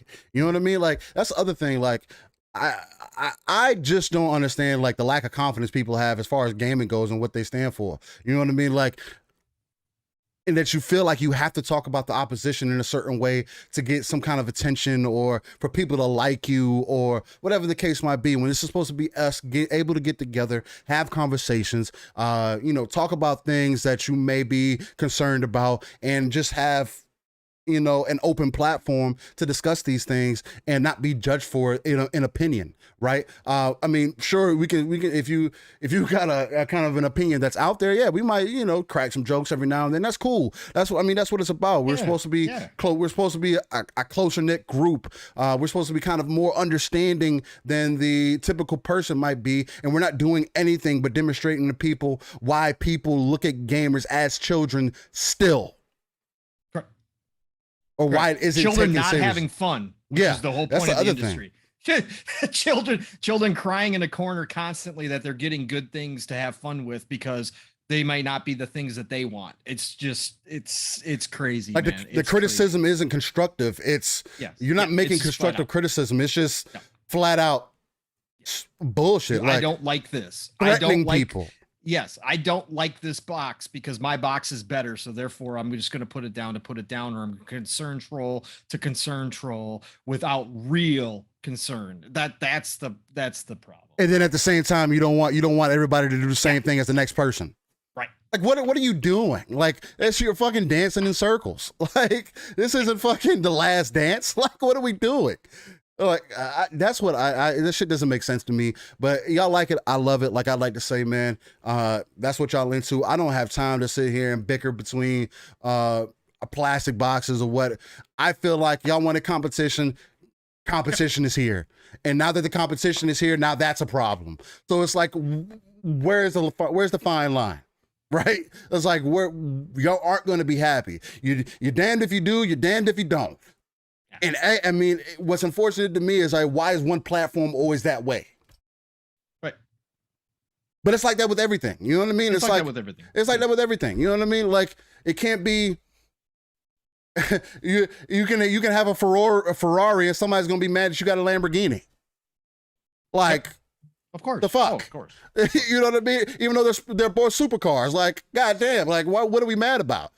It's preferences, and that's fine. But it's just like, damn, there's such a bigger conversation to be had. There's other things that we could pay attention to, like making sure that the devs are taken care of, like looking at. I wonder if there's a fan site out there for Ferraris that just sits around and talks about Lambo all day.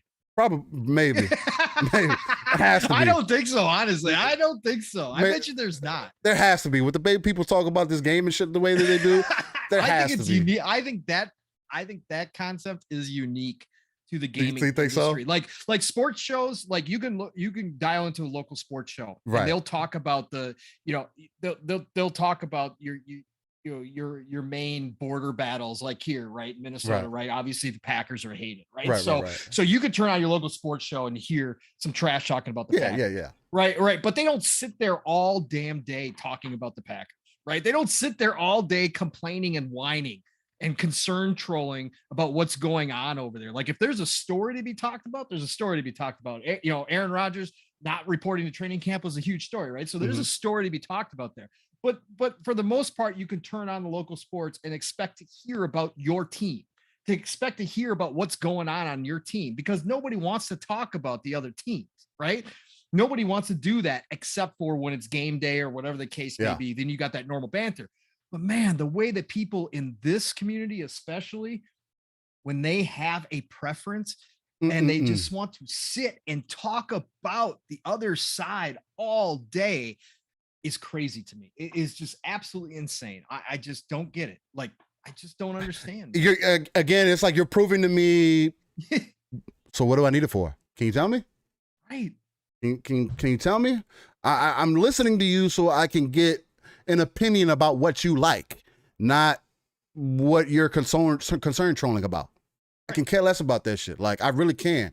Like, yeah, unfortunately or unfortunately, I care about everybody else. So, but again, I could also be selfish. My selfish experience is completely different from how everybody else looks at shit. You know what I mean? Like y'all selfish, like a lot of people's selfish experience is held down to a console. My selfish experience is just like, I like playing multiplayer. So where's that at?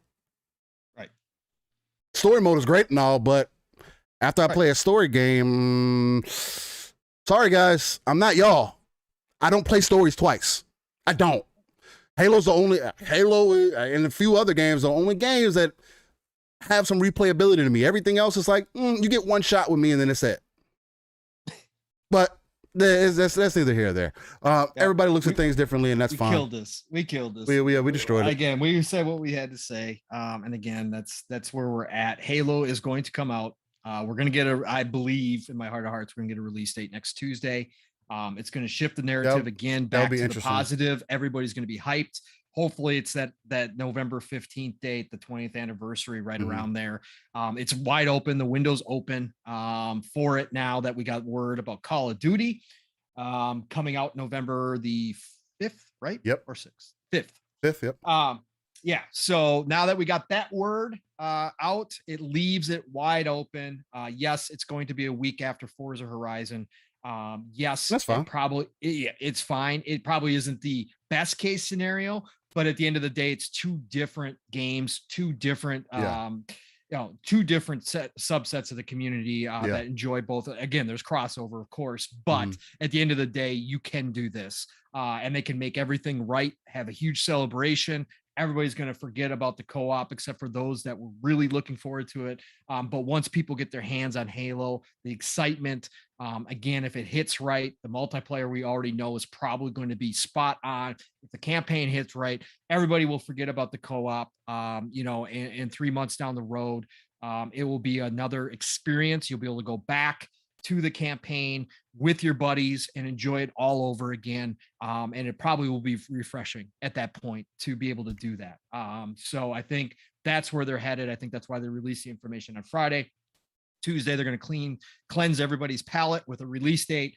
And we'll just get back to focus on the excitement about that date coming up very soon. I feel like it's right around the corner now.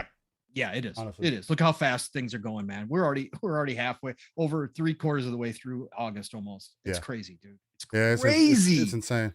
So speaking of Call of Duty, you want to head over to Call of Duty land? Yeah, let's get it, man. Let's get it. Let's talk to the people about the Call of Duty. What you seeing about it, man?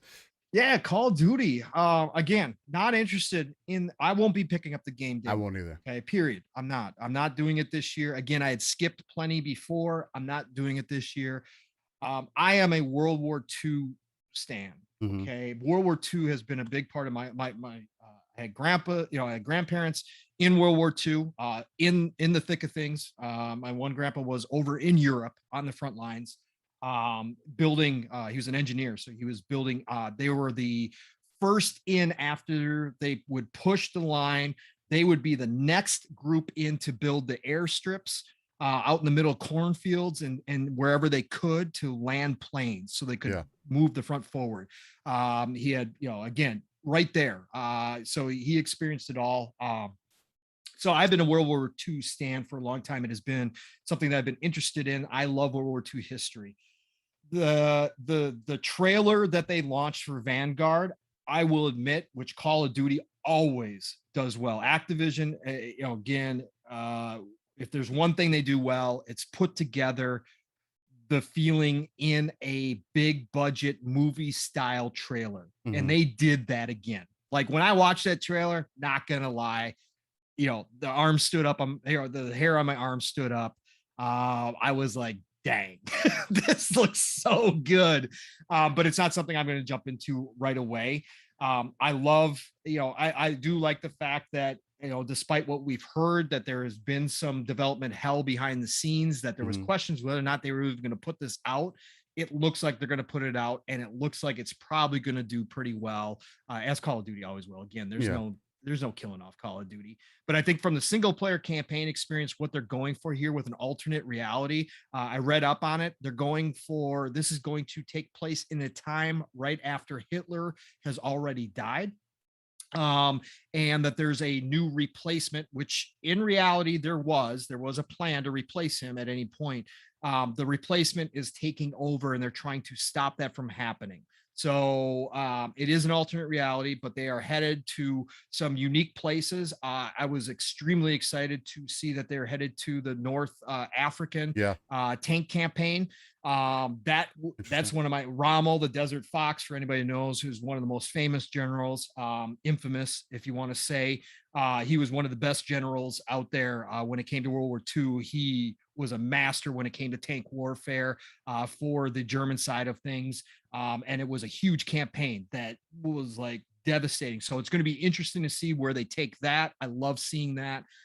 So from that aspect, I was excited yesterday to see it. Mhm. Again, from the list of things that they said that were going to come out, full campaign, 20 multiplayer maps at launch. Mhm. That's huge. Treyarch doing the zombies, everybody's one of the favorite modes of Yep. Call of Duty. Treyarch doing the zombies, that's huge. And they said, I think that it's going to be kind of a continuation of what they started with World of War. Which I actually enjoyed the zombies. Steel and I, you played some zombies together. Oh yeah. It was actually fun. I actually enjoyed that zombies. So I think they're putting the pieces together to have another good Call of Duty because again, people are going to buy Call of Duty just because it's Call of Duty. Now, all that being said, do I still think it's going to have a tougher time this year? Absolutely. Going back to World War II is not what everybody wanted. A lot of people are tired and worn out over the old style weapons. It just limits your customization. It limits your abilities when it comes to the old style Mm. weapons and different accessories and that kind of stuff. It's just not the same experience as having a modern shooter, right? So or futuristic shooter in the case of Halo. It's just not the same level. And I think that they are going to have a harder time. Again, we're not even talking about all the problems at Activision right now, which has left a huge stain. If you didn't notice yesterday, Steel, I don't know if you watched the trailer, Activision wasn't mentioned one time. There was no showing of Activision's name in that trailer, which is absolutely crazy, right? But I think they understood that that's probably not the right time to flash Activision's name around. But that is your publisher, right? Yes, correct. So Mm, that right now is having an effect. So I definitely think that was interesting that they decided to do that. I'm sure it was planned. Absolutely. Activision slaps their name over everything they possibly can, but I think they said this time we're not going to do that. It's probably not good to associate right now. Again, good luck to Sledgehammer. Sledgehammer is probably, I think, Steel, correct me if I'm wrong, but I think overall probably considered the weakest of the COD developers, the Call of Duty developers. I think people generally look down on Sledgehammer when it comes to they've been up and down. Yeah, they've been up and down. Yeah, yeah. So I think they got a lot to prove, but they didn't help themselves again with the decision, whether it was Activision, whether it was Sledgehammer, to go back to World War II. I think it was a mistake. I think Battlefield's going to take advantage. Halo coming out at the same time. Again, Call of Duty has an uphill battle. They're still going to send millions. They're not dying off. Call of Duty isn't going away. It's still going to sell really, really well. I just don't think it's going to be the dominating force that it has been with the little competition that they've had over the past few years, especially with Battlefield doing what they did. But I think Battlefield's back this year. And I think with Halo returning to form, it's going to be an uphill battle for Call of Duty to claim a part of that space. But I think, again, what they showed yesterday as far as the trailer goes was exciting. I'm not going to deny that. It got in my feels because again, I'm a World War II stan, so therefore it appeals to me. Yeah. I'll eventually pick it up to play the campaign probably when it goes on sale at some point. I'm just not going to buy it day one. So what'd you think, Steel? Where were you at? Did you watch it? What did you get?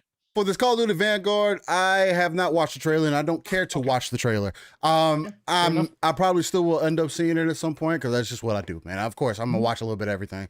But I haven't had a chance to, and second, I haven't been in a rush to see it. Again, I've already made up my mind about being invested in Call of Duty.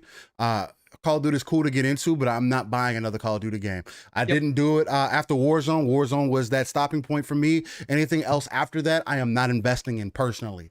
I do have, what was the Cold War or whatever, but that was because I'm a game share partner with my brother, and he bought it, so that's the only reason why I had it with that, and we had some fun times with that, with zombies and everything. I do like what they were doing with that, but other than that, I don't really care much more for it. I did want to kind of, from another article that I pulled from Polygon, they're talking about Vanguard for a little bit, bring up a few things. Yeah. Just to kind of follow up with everything that you said. And it goes a little like this. Before Sledgehammer developers got into the details about their new Call of Duty game, studio head Aaron Hallen addressed a lawsuit against owner-publisher Activision and Blizzard. Because like you said, I did see some clips of it, and I did find it interesting that Activision wasn't titling themselves on this game as the publisher, right? And again, that does have a play into it for me. I had a homie last night who was playing the Diablo 2 beta. Yep. And said he was having a great time with it. He said, because he was asking me if I was going to get into it. I was like, nah, I've already told myself that I'm already interested in it, and that I'm not going to play the beta, because if I'm going to get into the game, I already played it back in the day. I already know what to expect. And if they're going to remaster it, it's good to hear that it seems to be done right. And he was saying player that. co-op, though, Steel. Oh yeah, 8-player co-op. yeah. Oh my God. Yo, It's gonna be so much fun. Oh brother. yeah, it's going to be a good time for sure. And I'm still on the edge. I'm still on the fence of whether I'm fully going to commit myself to getting Diablo with everything that Activision has going on. And they touch a little bit on this further in this little piece that I'm pulling out for you guys. The company faces wide-ranging allegations that it maintains a toxic workplace environment that, particularly at Blizzard Entertainment, is hostile to women, pays them less, and subjects them to sexual harassment, and that perpetrators are not meaningfully punished. According to a lawsuit filed by California's Department of Fair Employment and Housing in July, Hallen said that the harassment of any kind goes against everything we stand for as a studio, and that Sledgehammer is committed to making sure all team members feel safe and respected, regardless of gender, ethnicity. During the presentation of many of Sledgehammer's female developers, including former Polygon's reporter Alexa Ray Correa, appeared to discuss the game's development. Following the preamble, Sledgehammer's chief operating officer, Andy Wilson, touched on the massive growth that the studio has seen since its formation in 2009. In addition to the main studio in Foster City in California, Sledgehammer has expanded to a location in Melbourne, Australia, with more than 150 employees, and another location in Toronto. More than 450 people work at Sledgehammer. But like other Call of Duty games, it is not the only studio contributing. Developer Raven Software will oversee Call of Duty's Vanguard's integration with Warzone, and the free-to-play Call of Duty Battle Royale game, while Treyarch will develop a zombies mode for Vanguard that will cross over Call of Duty Black Ops Cold War zombies with storyline. Now, again, this holds more credence to me. Before, Call of Duty seemed like they were going against each other, constantly keeping a competition with each other. You had Treyarch and you had the other side with Activision and whatnot, going back and forth with each other, fighting against each other. Oh, who was doing the better Call of Duty game? And now they're all helping each other. So what are we doing? I don't understand that. It is what it is. Call of Duty has kind of worked itself into a place where I just don't care for it as much as I used to, especially when you have games like Battlefield coming out, really hitting that nail on the head. I don't care about World War II or I for that matter like that. Again, I understand that people are, they're buffs. Like for you said, for your example, like you, Pong, you're like that. You're a history guy. You're into those kinds of things. People always say that Hitler's my grandfather, so I guess that's the greatest history that I have right there. You feel however you want to feel about that. Being half German, I guess the Hitler has to be my grandfather somehow. And I just don't have any interest in it, man. Like, it's been overplayed. Like, after the second time, it's like, let's do something different. Hey, can you be a little more creative? And it just doesn't seem that they can. I personally think that they should take a break, but of course Call of Duty doesn't feel that way, and they're going to continue to push the scene. And honestly, I kind of feel like this might be the first time Call of Duty might actually take a hit, because sure, I mean, if they're integrating with Warzone also, what's the point of you buying the regular game? You can continue to play Warzone. You're going to get those benefits, right? You're going to get the guns. You're going to get the maps. You're going to get everything else that you could possibly look for in the free-to-play version that you're already getting. Again, Call of Duty is going to sell numbers just because it's Call of Duty. But again, I still feel like this is going to be the first time that Call of Duty may get a bigger hit just because of everything else that is going on behind the scenes, and will actually give some credence for games like Halo and games like Battlefield and games like Splitgate to kind of take that mantle per se, as far as being games that take more of the attention out of the scene and are more important. I'm completely going to skip it, and I'm more invested into Battlefield than I ever will be for Call of Duty at this point in time, and the same thing goes for Halo. So I just hope that they get their shit worked out on the back end. Again, they're making me question a lot of things on how they're doing things and how they're treating their people. That's a big thing to me. And as gamers, we should speak with our wallet. We should talk about these things and bring them to the attention, and not just kind of let them slide over. Not just say, "Oh, it's Call of Duty. What can you do?" No, say, "Hey, it may be Call of Duty, but what about all this other bullshit that they have going on the back end?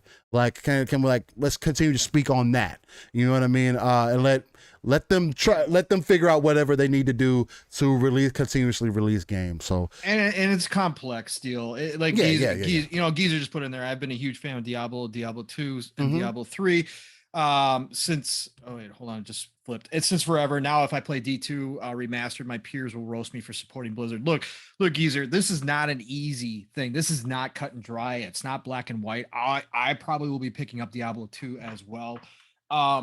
And I respect Steel's position. I respect anybody who says they're going to do that. Mr. Badbit, shout out to him. Him and his channel are not talking about Activision Blizzard games anymore. There's all different types of decisions and ways to go about this.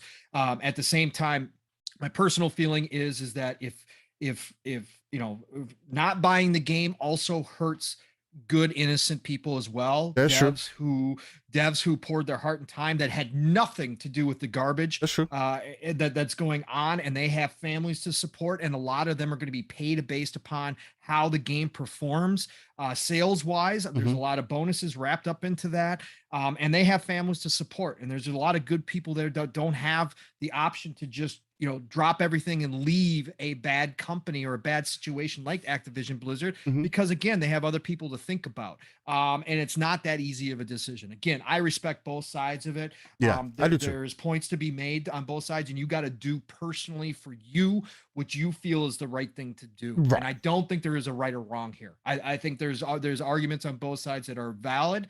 And I really do believe that. I think it more comes down to what Steel was talking about, continuing to discuss it, do not forget it, continue to put the pressure on changes to be happening, which is happening not only internally, but externally, outside of Activision Blizzard. But the big thing is to not forget about it. Not, when Diablo 2 launches, and everything's great and it's roses and you're all in your nostalgia, to then just go, yeah, it wasn't that big a deal anyway. No, it was a huge, huge deal, and it has to be continued to be remembered. And when people do bring up Activision Blizzard, it is our job to speak out on the stuff that is continuously still going right now, that there has not been any kind of resolution outside of some heads rolling. The lawsuits are still happening. We still have to follow that through. And again, at the end of the day, not allow Activision Blizzard themselves to forget what happened underneath their watch, right? To not allow Bobby Kotick to try to bury it somehow, some way, to continuously remind them that something awful happened for an extended period of time under a lot of people's watch, and it needs to change. The whole culture has to change, and you got a lot to prove before you can say that's in your past. You got a lot to prove as a company before you can say that it's in your past. So Geezer, I feel you. It is a tough decision. So and Geezer, just to correct you for just a little bit, because you are part right. He said Vicarious Vision did Diablo 2 remaster, not Blizzard, and actually, Diablo 2 Resurrected is an upcoming action role-playing video game co-developed by Blizzard Entertainment and Vicarious Visions and published by Blizzard. That's why I bring that point up. That's why I say those things. And that is why I say that we can't let go of the conversation. Because if there are things going on in the house of Blizzard, regardless of how Vicarious Visions may be removed from it or whether they're fully involved, there's still something awry, and it needs to continuously be addressed if we want change. Me personally, not being involved with Call of Duty is just my personal thing, because I've been playing Call of Duty since Call of Duty 4.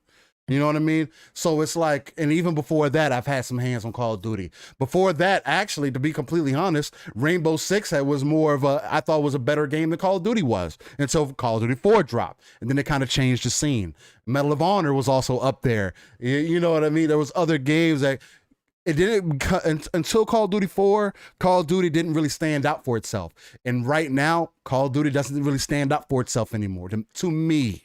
And if you're still involved and you like it, great. But it just doesn't hit the same as far as like a Battlefield does, or a Halo does, or a Splitgate does, or some of these other first-person shooters that are coming out that I would rather play and invest my time, that I at least know have some care about their devs and their actual game per se. You know what I mean? So it's just things to take in consideration. And again, if you're invested into it, great. I don't expect for Call of Duty to do less than it has ever before, just because Call of Duty is kind of like Fortnite, right? Where you just have the expectation that it's going to knock it out the park every time just because it can. But also take in consideration that it is on every platform. So I expect for it to do well, where other games aren't. So with that being said, I don't want to dial that back into our previous conversation, but that does lead us into one of our further conversations that I feel like we could have. And then I feel like it's going to be an exciting conversation, actually, because it demonstrates where we're going, right? Yeah. And that's talking about Black Myth Wukong. Man, when I tell you, I was initially excited for this game when it first was announced, when they released that gameplay trailer for it, when they were pretty much just trying to get people on board, right?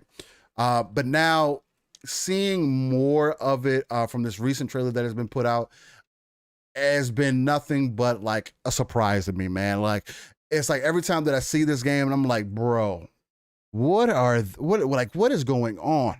It's supposed to be a Souls-like adventure from what it looks like, that's focused on the myth of the Monkey King, otherwise known as Goku himself. But no, but yeah, based off the myth of the Monkey King, and some Chinese mythology for you guys who might be interested in that. And they seem to be doing some really great things with it. They went from working in the Unreal Engine 4 to bringing it into Unreal Engine 5. And man, can you tell? I don't know if people have been really paying attention to what Unreal Engine 5 and the potentials of it have been demonstrated. There has been some demos, for as far as, it only being possible on PlayStation, then it being presented on the Xbox side of things, and now devs playing with it on the PC side of things on their back end, just showing different people what the environments could look like, what the interactions could look like, how different characters could look like within that Unreal Engine 5. And this has done nothing but demonstrate that next step into that gaming space, right? Everybody keeps saying that, we can't move any further forward as far as gameplay design goes, or I should say as how games look, right? People are like, it's visually capped, we can't get any better looking games. And games like this are demonstrating that, I don't know, that can't necessarily be the true. It's number 43 on trending for gaming, in the top 50, so that kind of shows you it's on everybody, where it's on people's radars. And I will play this trailer in the background as we go through it. With that being said, Paul, how are you feeling about Black Myth Wukong, man? Were you excited about that first trailer? Does this second trailer get that hype level to that next level for you? And what all does this demonstrate for you as we move forward in this golden age of gaming, as we like to say here on Living SplitScreen? Yeah, I've been all about this since day one too, Steel. Again, just seeing what this obviously talented dev team that was originally a part of Tencent, and broke away, is doing, right? So like you were talking about, Steel, a lot of people talked about, how can we get better visually? How can we do this? How we can do that? Again, technology pushes forward, whether we ever want to believe it or not, we continue to move forward. And Unreal Engine 5 is obviously shaping up to be another dominating engine for this current gen that we just started. This is special. And these guys, this vision that they have is extremely special. We've talked about it here, Steel, talked about it on other shows. Looking at the world as a whole now and how far gaming has expanded out into the mainstream. We are now seeing talent coming from all over the world. There is more talent coming in to gaming than there ever has been any time in Yep. history. And these types of surprises that we get, and again, the first trailer that they popped up was a surprise. It came out of Yeah. nowhere, and people were like, "What is this? Hmm. Oh my god, look at this!" Right? And this team, Game Science, is the team for people who don't know behind this. They obviously have been perfecting their craft elsewhere and decided to come together. But the dedication this team has shown right now to make this happen, to take an engine, obviously, again, the original engine, the game started in Unreal Engine 4. Yep. That's what they came out. Looked spectacular. Looked beyond, or I shouldn't say look beyond, but I should say, like, if you took their first trailer and put it next to Gears and said, let's say Gears Hive Busters, and you said, and you didn't know anything, and you said, which one is the coalition? You'd have a hard time, outside of understanding what coalition does. You have a hard time understanding that the coalition are considered masters at the Unreal Engine, that a smaller team out of nowhere put something together like that first trailer, right? Hmm. It was so impressive. Now, that statue right there that was just on screen is crazy to me. The level of detail that they've been able to get out of this game. And Unreal Engine 5, this demo of Unreal Engine 5 is stunning. Is Yeah. absolutely, my jaw was literally, like everybody says, oh, my jaw hit the floor. I had my mouth open while I was watching this. I could not believe what I was seeing, to the point where I still question if they're going to be able to live up to this. Now, I talked to 3-Bit last night, the VGHD. He's had hands-on experience with Unreal 5 already. He's been fooling around with it. He is a game developer. He works with some big companies out there as an independent contractor, Hmm. and also got to talk to Joe Winter, who is the dev behind Song of Iron, coming out at the end of this month. They were both on Xbox Ultimate last night, and both of them said, 3-Bit said he questioned it too, and Joe said that if he hadn't seen as much gameplay as he had seen, he'd have questions too. But he believes all this is real, all this is possible. But for me, I was just going, no way, they're not going to be able to do. Look at the snow deformation. Hmm. All the little details in this game are truly out of this world. This is next level stuff. This is the most next gen looking game I have seen to date. And I say next gen meaning current gen, Hmm. pushing like the boundaries, right? And like Joe said last night, he said, well, look, this is probably running on a 3090 at least. He goes, this is probably like the best of the best hardware right now. And I agree with him. It probably is. Yeah. But just what they have been able to do in the short time that Unreal Engine 5 has been available is I think commendable. I can't imagine a team, especially during the pandemic and everything else, to come together and be able to transfer your game from Unreal Engine 4 to Unreal Engine 5, and to have it then turn out another demo like this. This is what we've been waiting for. This is the stuff where you go, where you question whether or not it can be real, or Yeah. whether or not this is what it's going to actually look like. We don't know. Again, we're still far out from the release of this game, according to everybody involved. But at the end of the day, this is what excites me as a gamer. Yeah. You can have smaller games, Death's Door, all this stuff we've seen, Hades, come out, and they are fantastic. But and they are truly, they innovate and they create new, whole new types of mechanics for games that we'll see from AAA publishers down the road. But there's something special visually when something comes out and goes, wow, Yeah. this is okay, this is something else right here. And that's what I got from this. But the talent pool in the world right now is expanding so far. I don't want to see this game go exclusive anywhere. I want to see this game enjoyed by as many people as possible. Facts. I really do, and I hope the dev understands that. Again, money talks and bullshit walks. I get it at the end of the day, but I don't want anybody, including Xbox, to step in and get this exclusive. I really don't. I want this dev to have their moment to shine on as many platforms as possible: PC, PlayStation, Xbox, whatever the case may be, because I think that this is something that moves the industry forward. I Yeah. think that people will look at this game and set the bar at this game if it comes out and looks like this. I think other publishers and other devs will look at this and be like, if they are a AAA team or if they are a big team that are looking to make an impact, they're going to look at this game and go, we need our game to live up to this. And I think that pushes people further sometimes, and makes them want to drive their own games forward towards that kind of mark. This game right here is one of those ones that can do it. I think that this is going to set the bar high, and I'm excited for what we're going to see in this generation. This is early. Yeah. Steel. First year. When was Unreal 5 launched? This year. Wasn't it February? Yeah. Wasn't it like February or something? I think that like was early too. I think it just recently became not recently, but within like the last few months or so. Yes.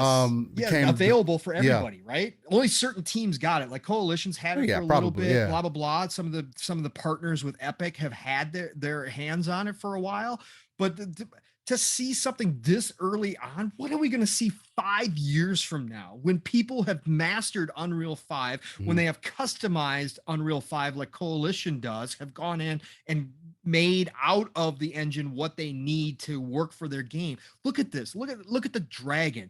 Dude, this dragon is unbelievable. Can you imagine a Skyrim dragon looking like this? Can you imagine like Elder Scrolls 6? And I know they don't use Unreal, but let's just say technology wise, can you imagine having a game full of dragons like this? Man, this is absolutely insane. And I hope that everybody's taking notice. I'm sure they are. I'm sure Phil and his team noticed the first trailer. I just hope everybody is starting to look outside of the box and really, trying to get into these other countries that maybe aren't as well known for devs, like the Western side and now, of course, the Japanese side of things, and really saying, look, we need to start hunting talent in all these places because this is what's coming out of there. We had Bright Memory Infinite also come out of China, which was a one-man team. He's now expanded a little bit, but still a small developer, and visually still impressive. But this right here is something crazy. Steel, again, I got the Souls feeling out of this, the Sekiro kind of feels out of this type of game. Those aren't my games, but I tell you what, I'm going to try when this game hits. I'm really, really going to try. So Steel, what did you think when you saw this? When I saw this, just like when I initially saw it, man, I was dumbfounded by it, right? Because this entire concept is so interesting to me. I'm like highly invested in Asian culture, and everything that it brings. So it's not like only on like an anime front or whatever the case might be. It goes a little bit deeper for that. I'm interested in that mythology. I'm interested in those stories. I'm interested in the content that it brings because it opens it up, right? We get to see things that we may have not necessarily been able to really see before, or maybe didn't get as much as attention as it used to at one point, right? There's a reason why people always like to go back to Jade's Empire or Lost Odyssey or these other games that have come over and kind of made a mark, on the American culture. And then to have a game like this and to see as many people impacted by it is a good sign for me, because that shows, because I'm right there with you. This is one of those games I do not want for it to be locked up by one specific, one specific team or one specific person. Like, I wouldn't want that, because I want as many people to get their hands on with this as possible, because that's only going to open the potential more, because the devs are going to see like, hey, these people actually are interested in this game that we're making. And the more the attention that can be brought to that, the more we'll get games like this, the more they'll want to iterate. There's games like this, and then the game Crimson Desert, where there was another game that had a dragon in it, where you're actually riding the dragon throughout the world. That is an exciting thing to think about, because it hasn't been, unless it's a game like Panzer Dragoon or whatever the case might be, where Rain of Fire, where you get to do these things and really take full advantage of it, or get that feeling of it, where it seems like it's done right. And then you're looking at this game and everything that it's doing, not only from the graphical side of things, but also just the way that it's pulling you in with the gameplay. I mean, the movement looks smooth. I know one of the main things that we were talking about in the background was, one of the main things that I've noticed from them coming from Unreal Engine 4 to 5 is that the character kind of seems like he's on top of the world instead of in it. Yeah. Which I can kind of tell, the pole, it doesn't really, move with the world as it should. It kind of clips through the world. And it's just little things that you notice. But again, you can tell that this game is still maybe not early on, because it looks like they have the game, like they have essentially most of the game Look down. at how many environments they already have. Yes. There's games that don't change environments because it's so hard. These guys have literally, I think between the first trailer and this trailer, 6-7 different environments. Yes, already. at least, along with being able to transform it into different animals or whatever the case. Like he transformed into a bat this time. The last one he transformed into a a cicada.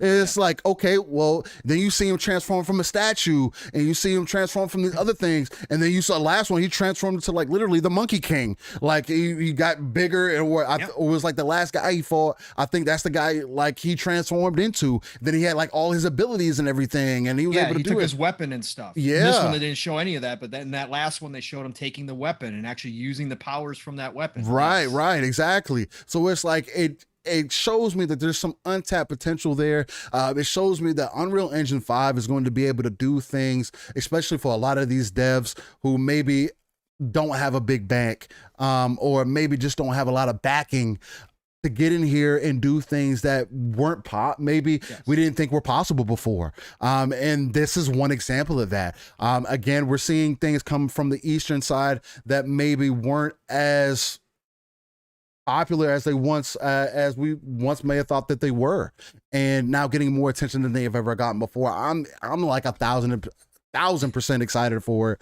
Again, I am a Soulsborne kind of player. Not much Bloodborne.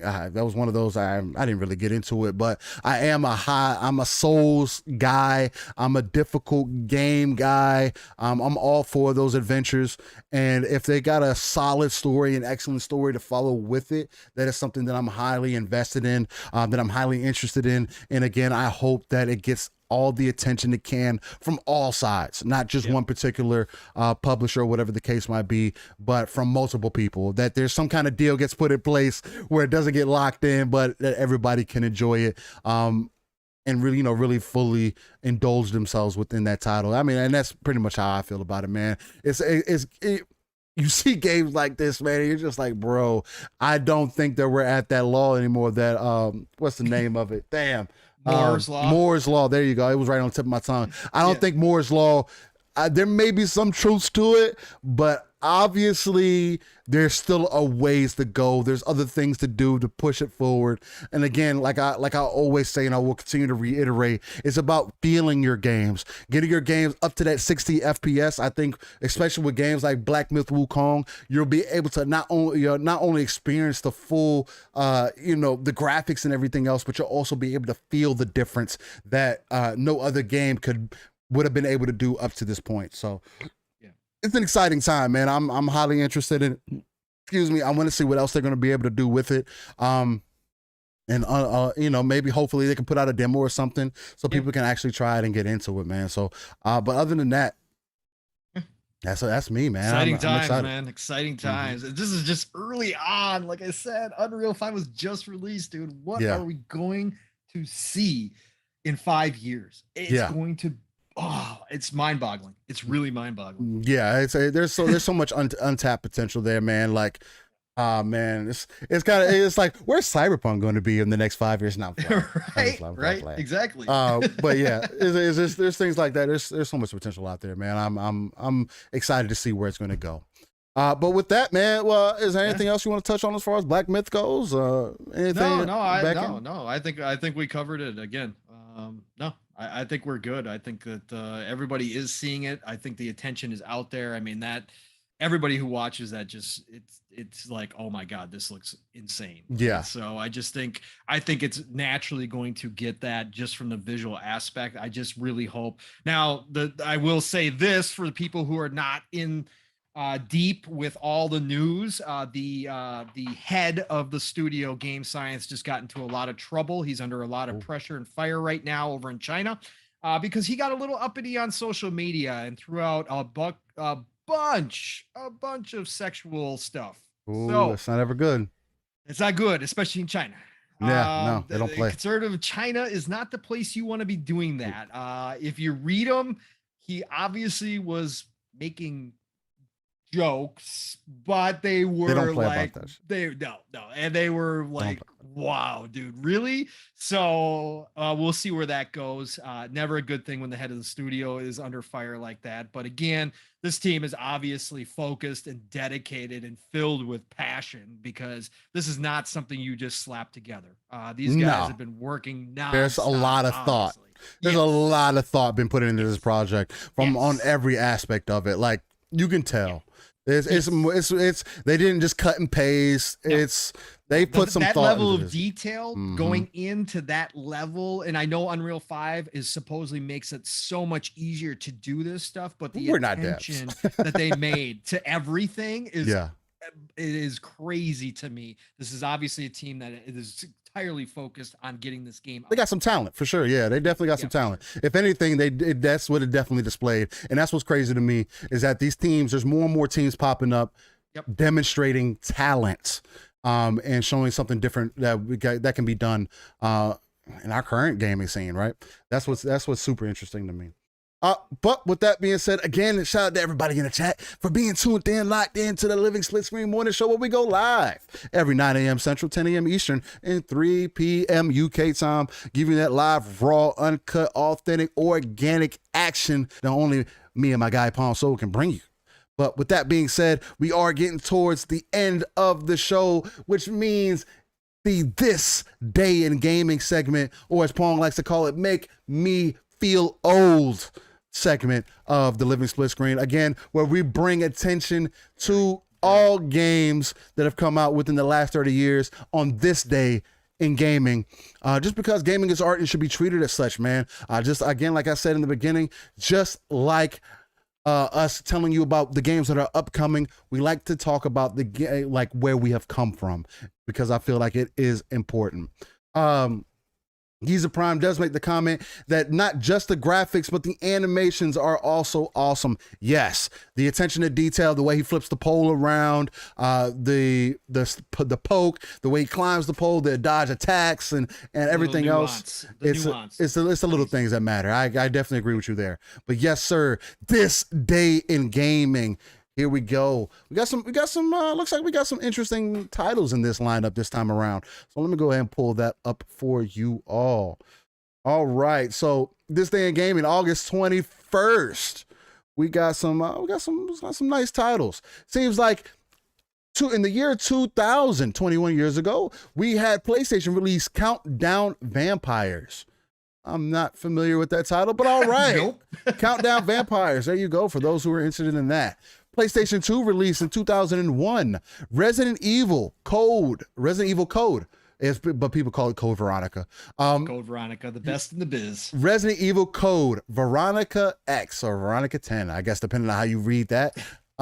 Never was the hugest Resident Evil fan, but I do know that Code Veronica is one of those that go down in history. Also in 2001, Nintendo 64 released Tony Hawk's Pro Skater 2, one of the goats of that time. Definitely a great not game. on the 64 though.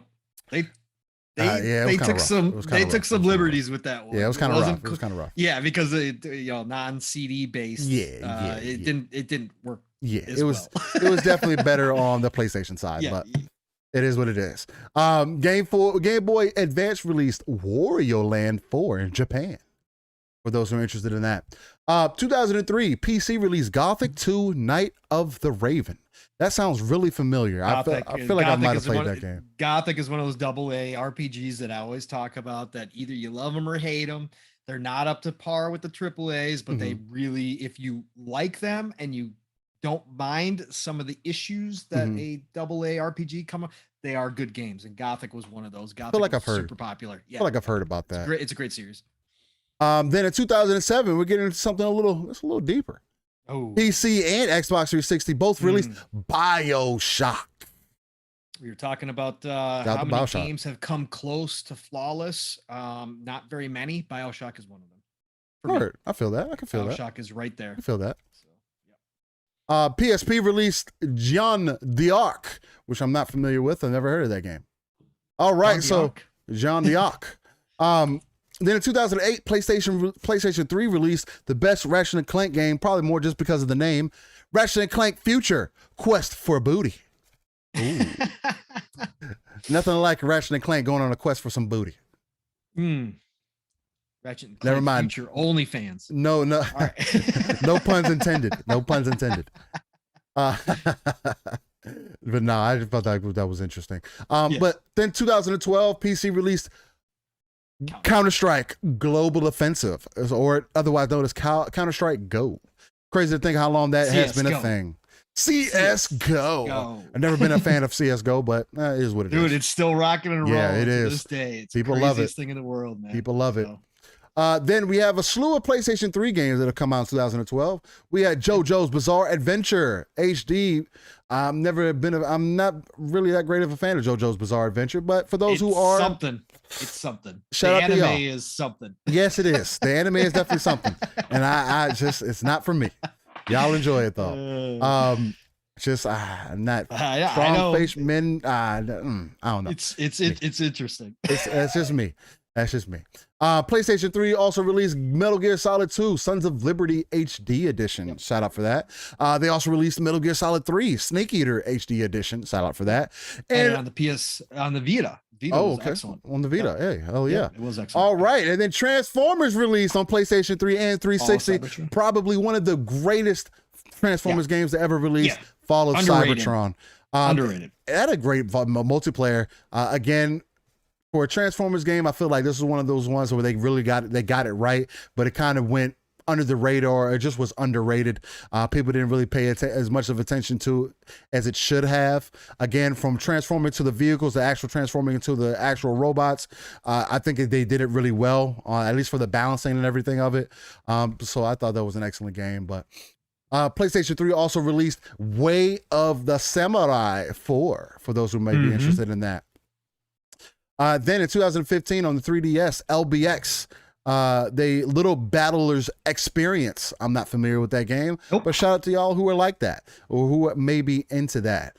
Then PlayStation 4 released Ryzen 3 Titan Lords Enhanced Edition. Risen 3, sorry. Risen 3 Titan Lords Enhanced Edition. Excellent game.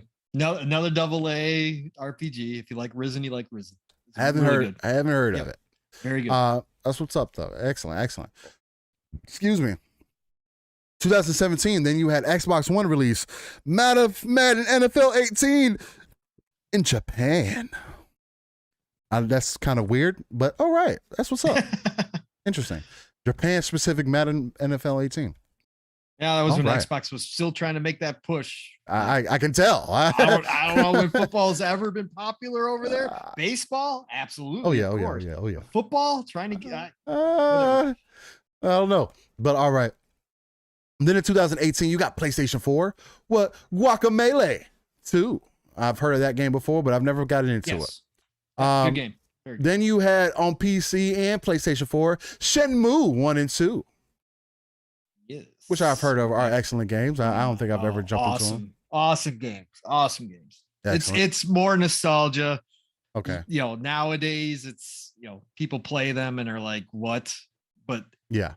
From back in the day, it changed the game. Dreamcast Shenmue changed everything. It was one of those games, so it was fantastic. Okay, excellent. Yeah. Then on the year 2020, you had Xbox One release new Super Lucky's Tale. Shout out to that. PlayStation 4, PGA Tour 2K21, and then they also released on PlayStation 4 Samurai Jack Battle Through Time. And with that being said, that is your This Day in Gaming segment. This is the Living Split Screen Morning Show. And again, this is the place where gaming is art and should be treated as such. And that's why we do these things, man. Again, we want to show you where gaming has come, or where we kind of come from, and then also tell you about the upcoming games. That's what we do here, man. We take pride in all of that, because we are a non-platform-centric, place. And we take pride in that, man. I mean, it is what it is. But with that being said, you got anything else that you want to touch on? I mean, 2 and a 45 in. Yeah, I think Anchor will be happy with that. We did it. We did it, man. Again, another one of those weeks. Again, Yeah. just for you guys to just to be kind of transparent. Me and Pong really do wish we had more time to really sit down and get together and come up with some creative things that we could do for you guys. And unfortunately, life always has ways to work those magic. And that not only that, but we got personal things going on. You know what I mean? So, we do this for fun. We bring this energy to you every week. That authentic, organic nature that only me and Pong can bring you, while also giving you the passion that we bring you. And just giving you our overall opinions. We appreciate that you guys appreciate our opinions and that you guys respect it enough to be tuned in and locked in every week into this. And hopefully we can continue to push the show out there. That is the goal. I have been trying to work on that on the back end to see what we can do to kind of get some pushing going, just to get it to more people, man, because I would love to be able to talk to 500 plus people every week again, because that's how I treat it, man. When I see 200 people watch the show or whatever the case, 150 people watch the show, I treat it like, hey, there's 150 people that came out and we're interested in listening and tuned in to the conversation. So that's what makes it unique and great for me. We're 21 episodes in. That can't go understated, man. For something that started off organic, it started off from the DMs, chopping it up and just talking or whatever, to where we are now, just coming in week by week, giving the people that passion and that love and everything. And I appreciate everyone in chat for being who you are, because again, the fact that y'all come in here in the chat and just have, excellent conversations, something that we can also bounce off of, is something that's also unique. Again, I couldn't think of a better place to be at to spend their Saturday morning. With that being said, man, Pong, if you want to lead the people out to victory, I'll go last. And tell the people about all your greatness and why people consider you the encyclopedia of gaming. People don't consider me that. Mav, Fun Speculation, decided to give me that. So anyways, no, man. Episode 21, Living Split Screen, in the books. Another great day. Again, the Saturday just wouldn't start the same without it. The one weekend that we did take off, it wasn't the same. Again, it's just one of those things that it becomes a part of you. And it's something that Steele and I, like he likes to say, organically came together with. And I couldn't be happier with where we're going. Again, especially for Steele and I, we both would love nothing more than to sit around for 8 hours a day, talk and play video games and make this our full-time job. It would be absolutely ridiculously fantastic. So if anybody knows anybody ultra rich out there who wants to go ahead and back us, let us know. We're interested. We'll sit and talk for 8 hours a day and play games with everybody. I tell you what. But just to have this little slice of the pie on Saturday mornings with all these lovely people who come out and see us each and every week, that's what's important to me. Just getting to sit down and talk with Steele, somebody who I just absolutely admire, both on here and behind the scenes, as far as a person goes, and from his knowledge and what he brings to the table. It's truly special to me. But chat, you guys were phenomenal. These episodes just get easier and easier each week we do them. And like Steele said, we'd love to be doing more, and hopefully one day we are going to be able to expand this even more. And like Steele said as well, we'd love to talk to as many people as want to come listen to us, and go from there. Because again, that's the big part. Steele and I can sit on Xbox Live and chat all day long, which we've done, and we could have a full show on there, but it hits different when you got other people around contributing. And that's what this chat does. And that's what you guys do each and every week. And we love and respect all of you for it. So again, thank you all for being here. And you know what? You guys can find me, Pong Soul, Xbox, Twitter. Otherwise, the Shop Podcast, normally on Saturday nights. Shout out to PTK, Blam, and the rest of the crew over there. We are still on hiatus. PTK is taking care of real life stuff. But we will be back sooner than later. So keep your eyes and ears open for that. The Shop Podcast is a great place to check out stuff. We have great conversations, but we will be back. That's normally at Saturday evenings, 9 p.m. Eastern, 8 o'clock Central, but not tonight. Otherwise, Tuesdays, obviously, Xbox Factor Podcast with Mr. Boomstick, Zemi Games. the VGHD, known as 3-Bit, who just Ooh. jumped into the chat a little bit ago. He is on there, and Mav has been popping in on a regular basis as well. So we got a full crew Tuesdays, 12 p.m. Eastern, 11 o'clock Central Time, over on Mr. Boomstick. Double Barrel Gaming is his YouTube channel. If you have not checked it out, Boomstick's got like 4 shows this week. He took some time off to spend with the wife, but he does 4 shows a week. The guy's insane. The guy's crazy, but as real as they come, both on screen and behind the scenes. A great guy of the community. So check us out there. Otherwise, Friday nights, Xbox Ultimate with Fun Speculation, aka Mav, his amazing wife Caitlin, and the rest of the Magnificent Seven had a great show last night. Go check that out. We had Joe Winter and Gaz from Game On Gaily. The Sauce himself was on. So it was a great show last night. But come check us out there, 9 p.m. Eastern, 8 o'clock Central Time. Shout out to Wandering Dutch. Shout out to the Midweek Mix-Up Collective, who Steel and I and Living Splitscreen are a part of. Shout out to all the guys over there doing good work. Again, go check out Wandering Dutch. Midweek Mix-Up. Great group of guys over there. So I just want to give them a quick shout out. But again, love you all. Have a fantastic weekend.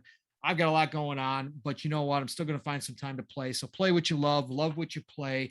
And we will definitely see you all again next Saturday, episode 22 coming up. Steel, get them out of here, hype man. Tell them where they can find you and what you got going on, brother. Hey, look, man, you can find me every Saturday morning right here, 9 a.m. Central, 10 a.m. Eastern, 3 p.m. UK time, right here on the Living Split-Screen Morning Show. Other than that, that's just where I reside, man. If you want to have a conversation, you want to chop it up, you just want to say, hey, Steel, I didn't like that rant you had earlier, hit me up in the DMs. I, Steel Rain, I, everywhere. That T is a 7. Type it into Xbox, type it into Google, type it into Twitter, type it into wherever you find a search bar in, you should be able to find me. If you don't, you're probably looking in the right place. Wrong place, I should say. Looking in the wrong place for the right person. But no, with that being said, yeah, just hit me up. I'm always here for you. And much love to everybody for being tuned in. Again, like Pong says, man, it's the golden age of gaming.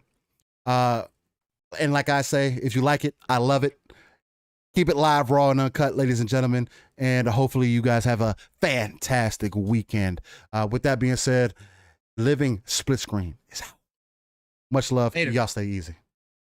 Peace.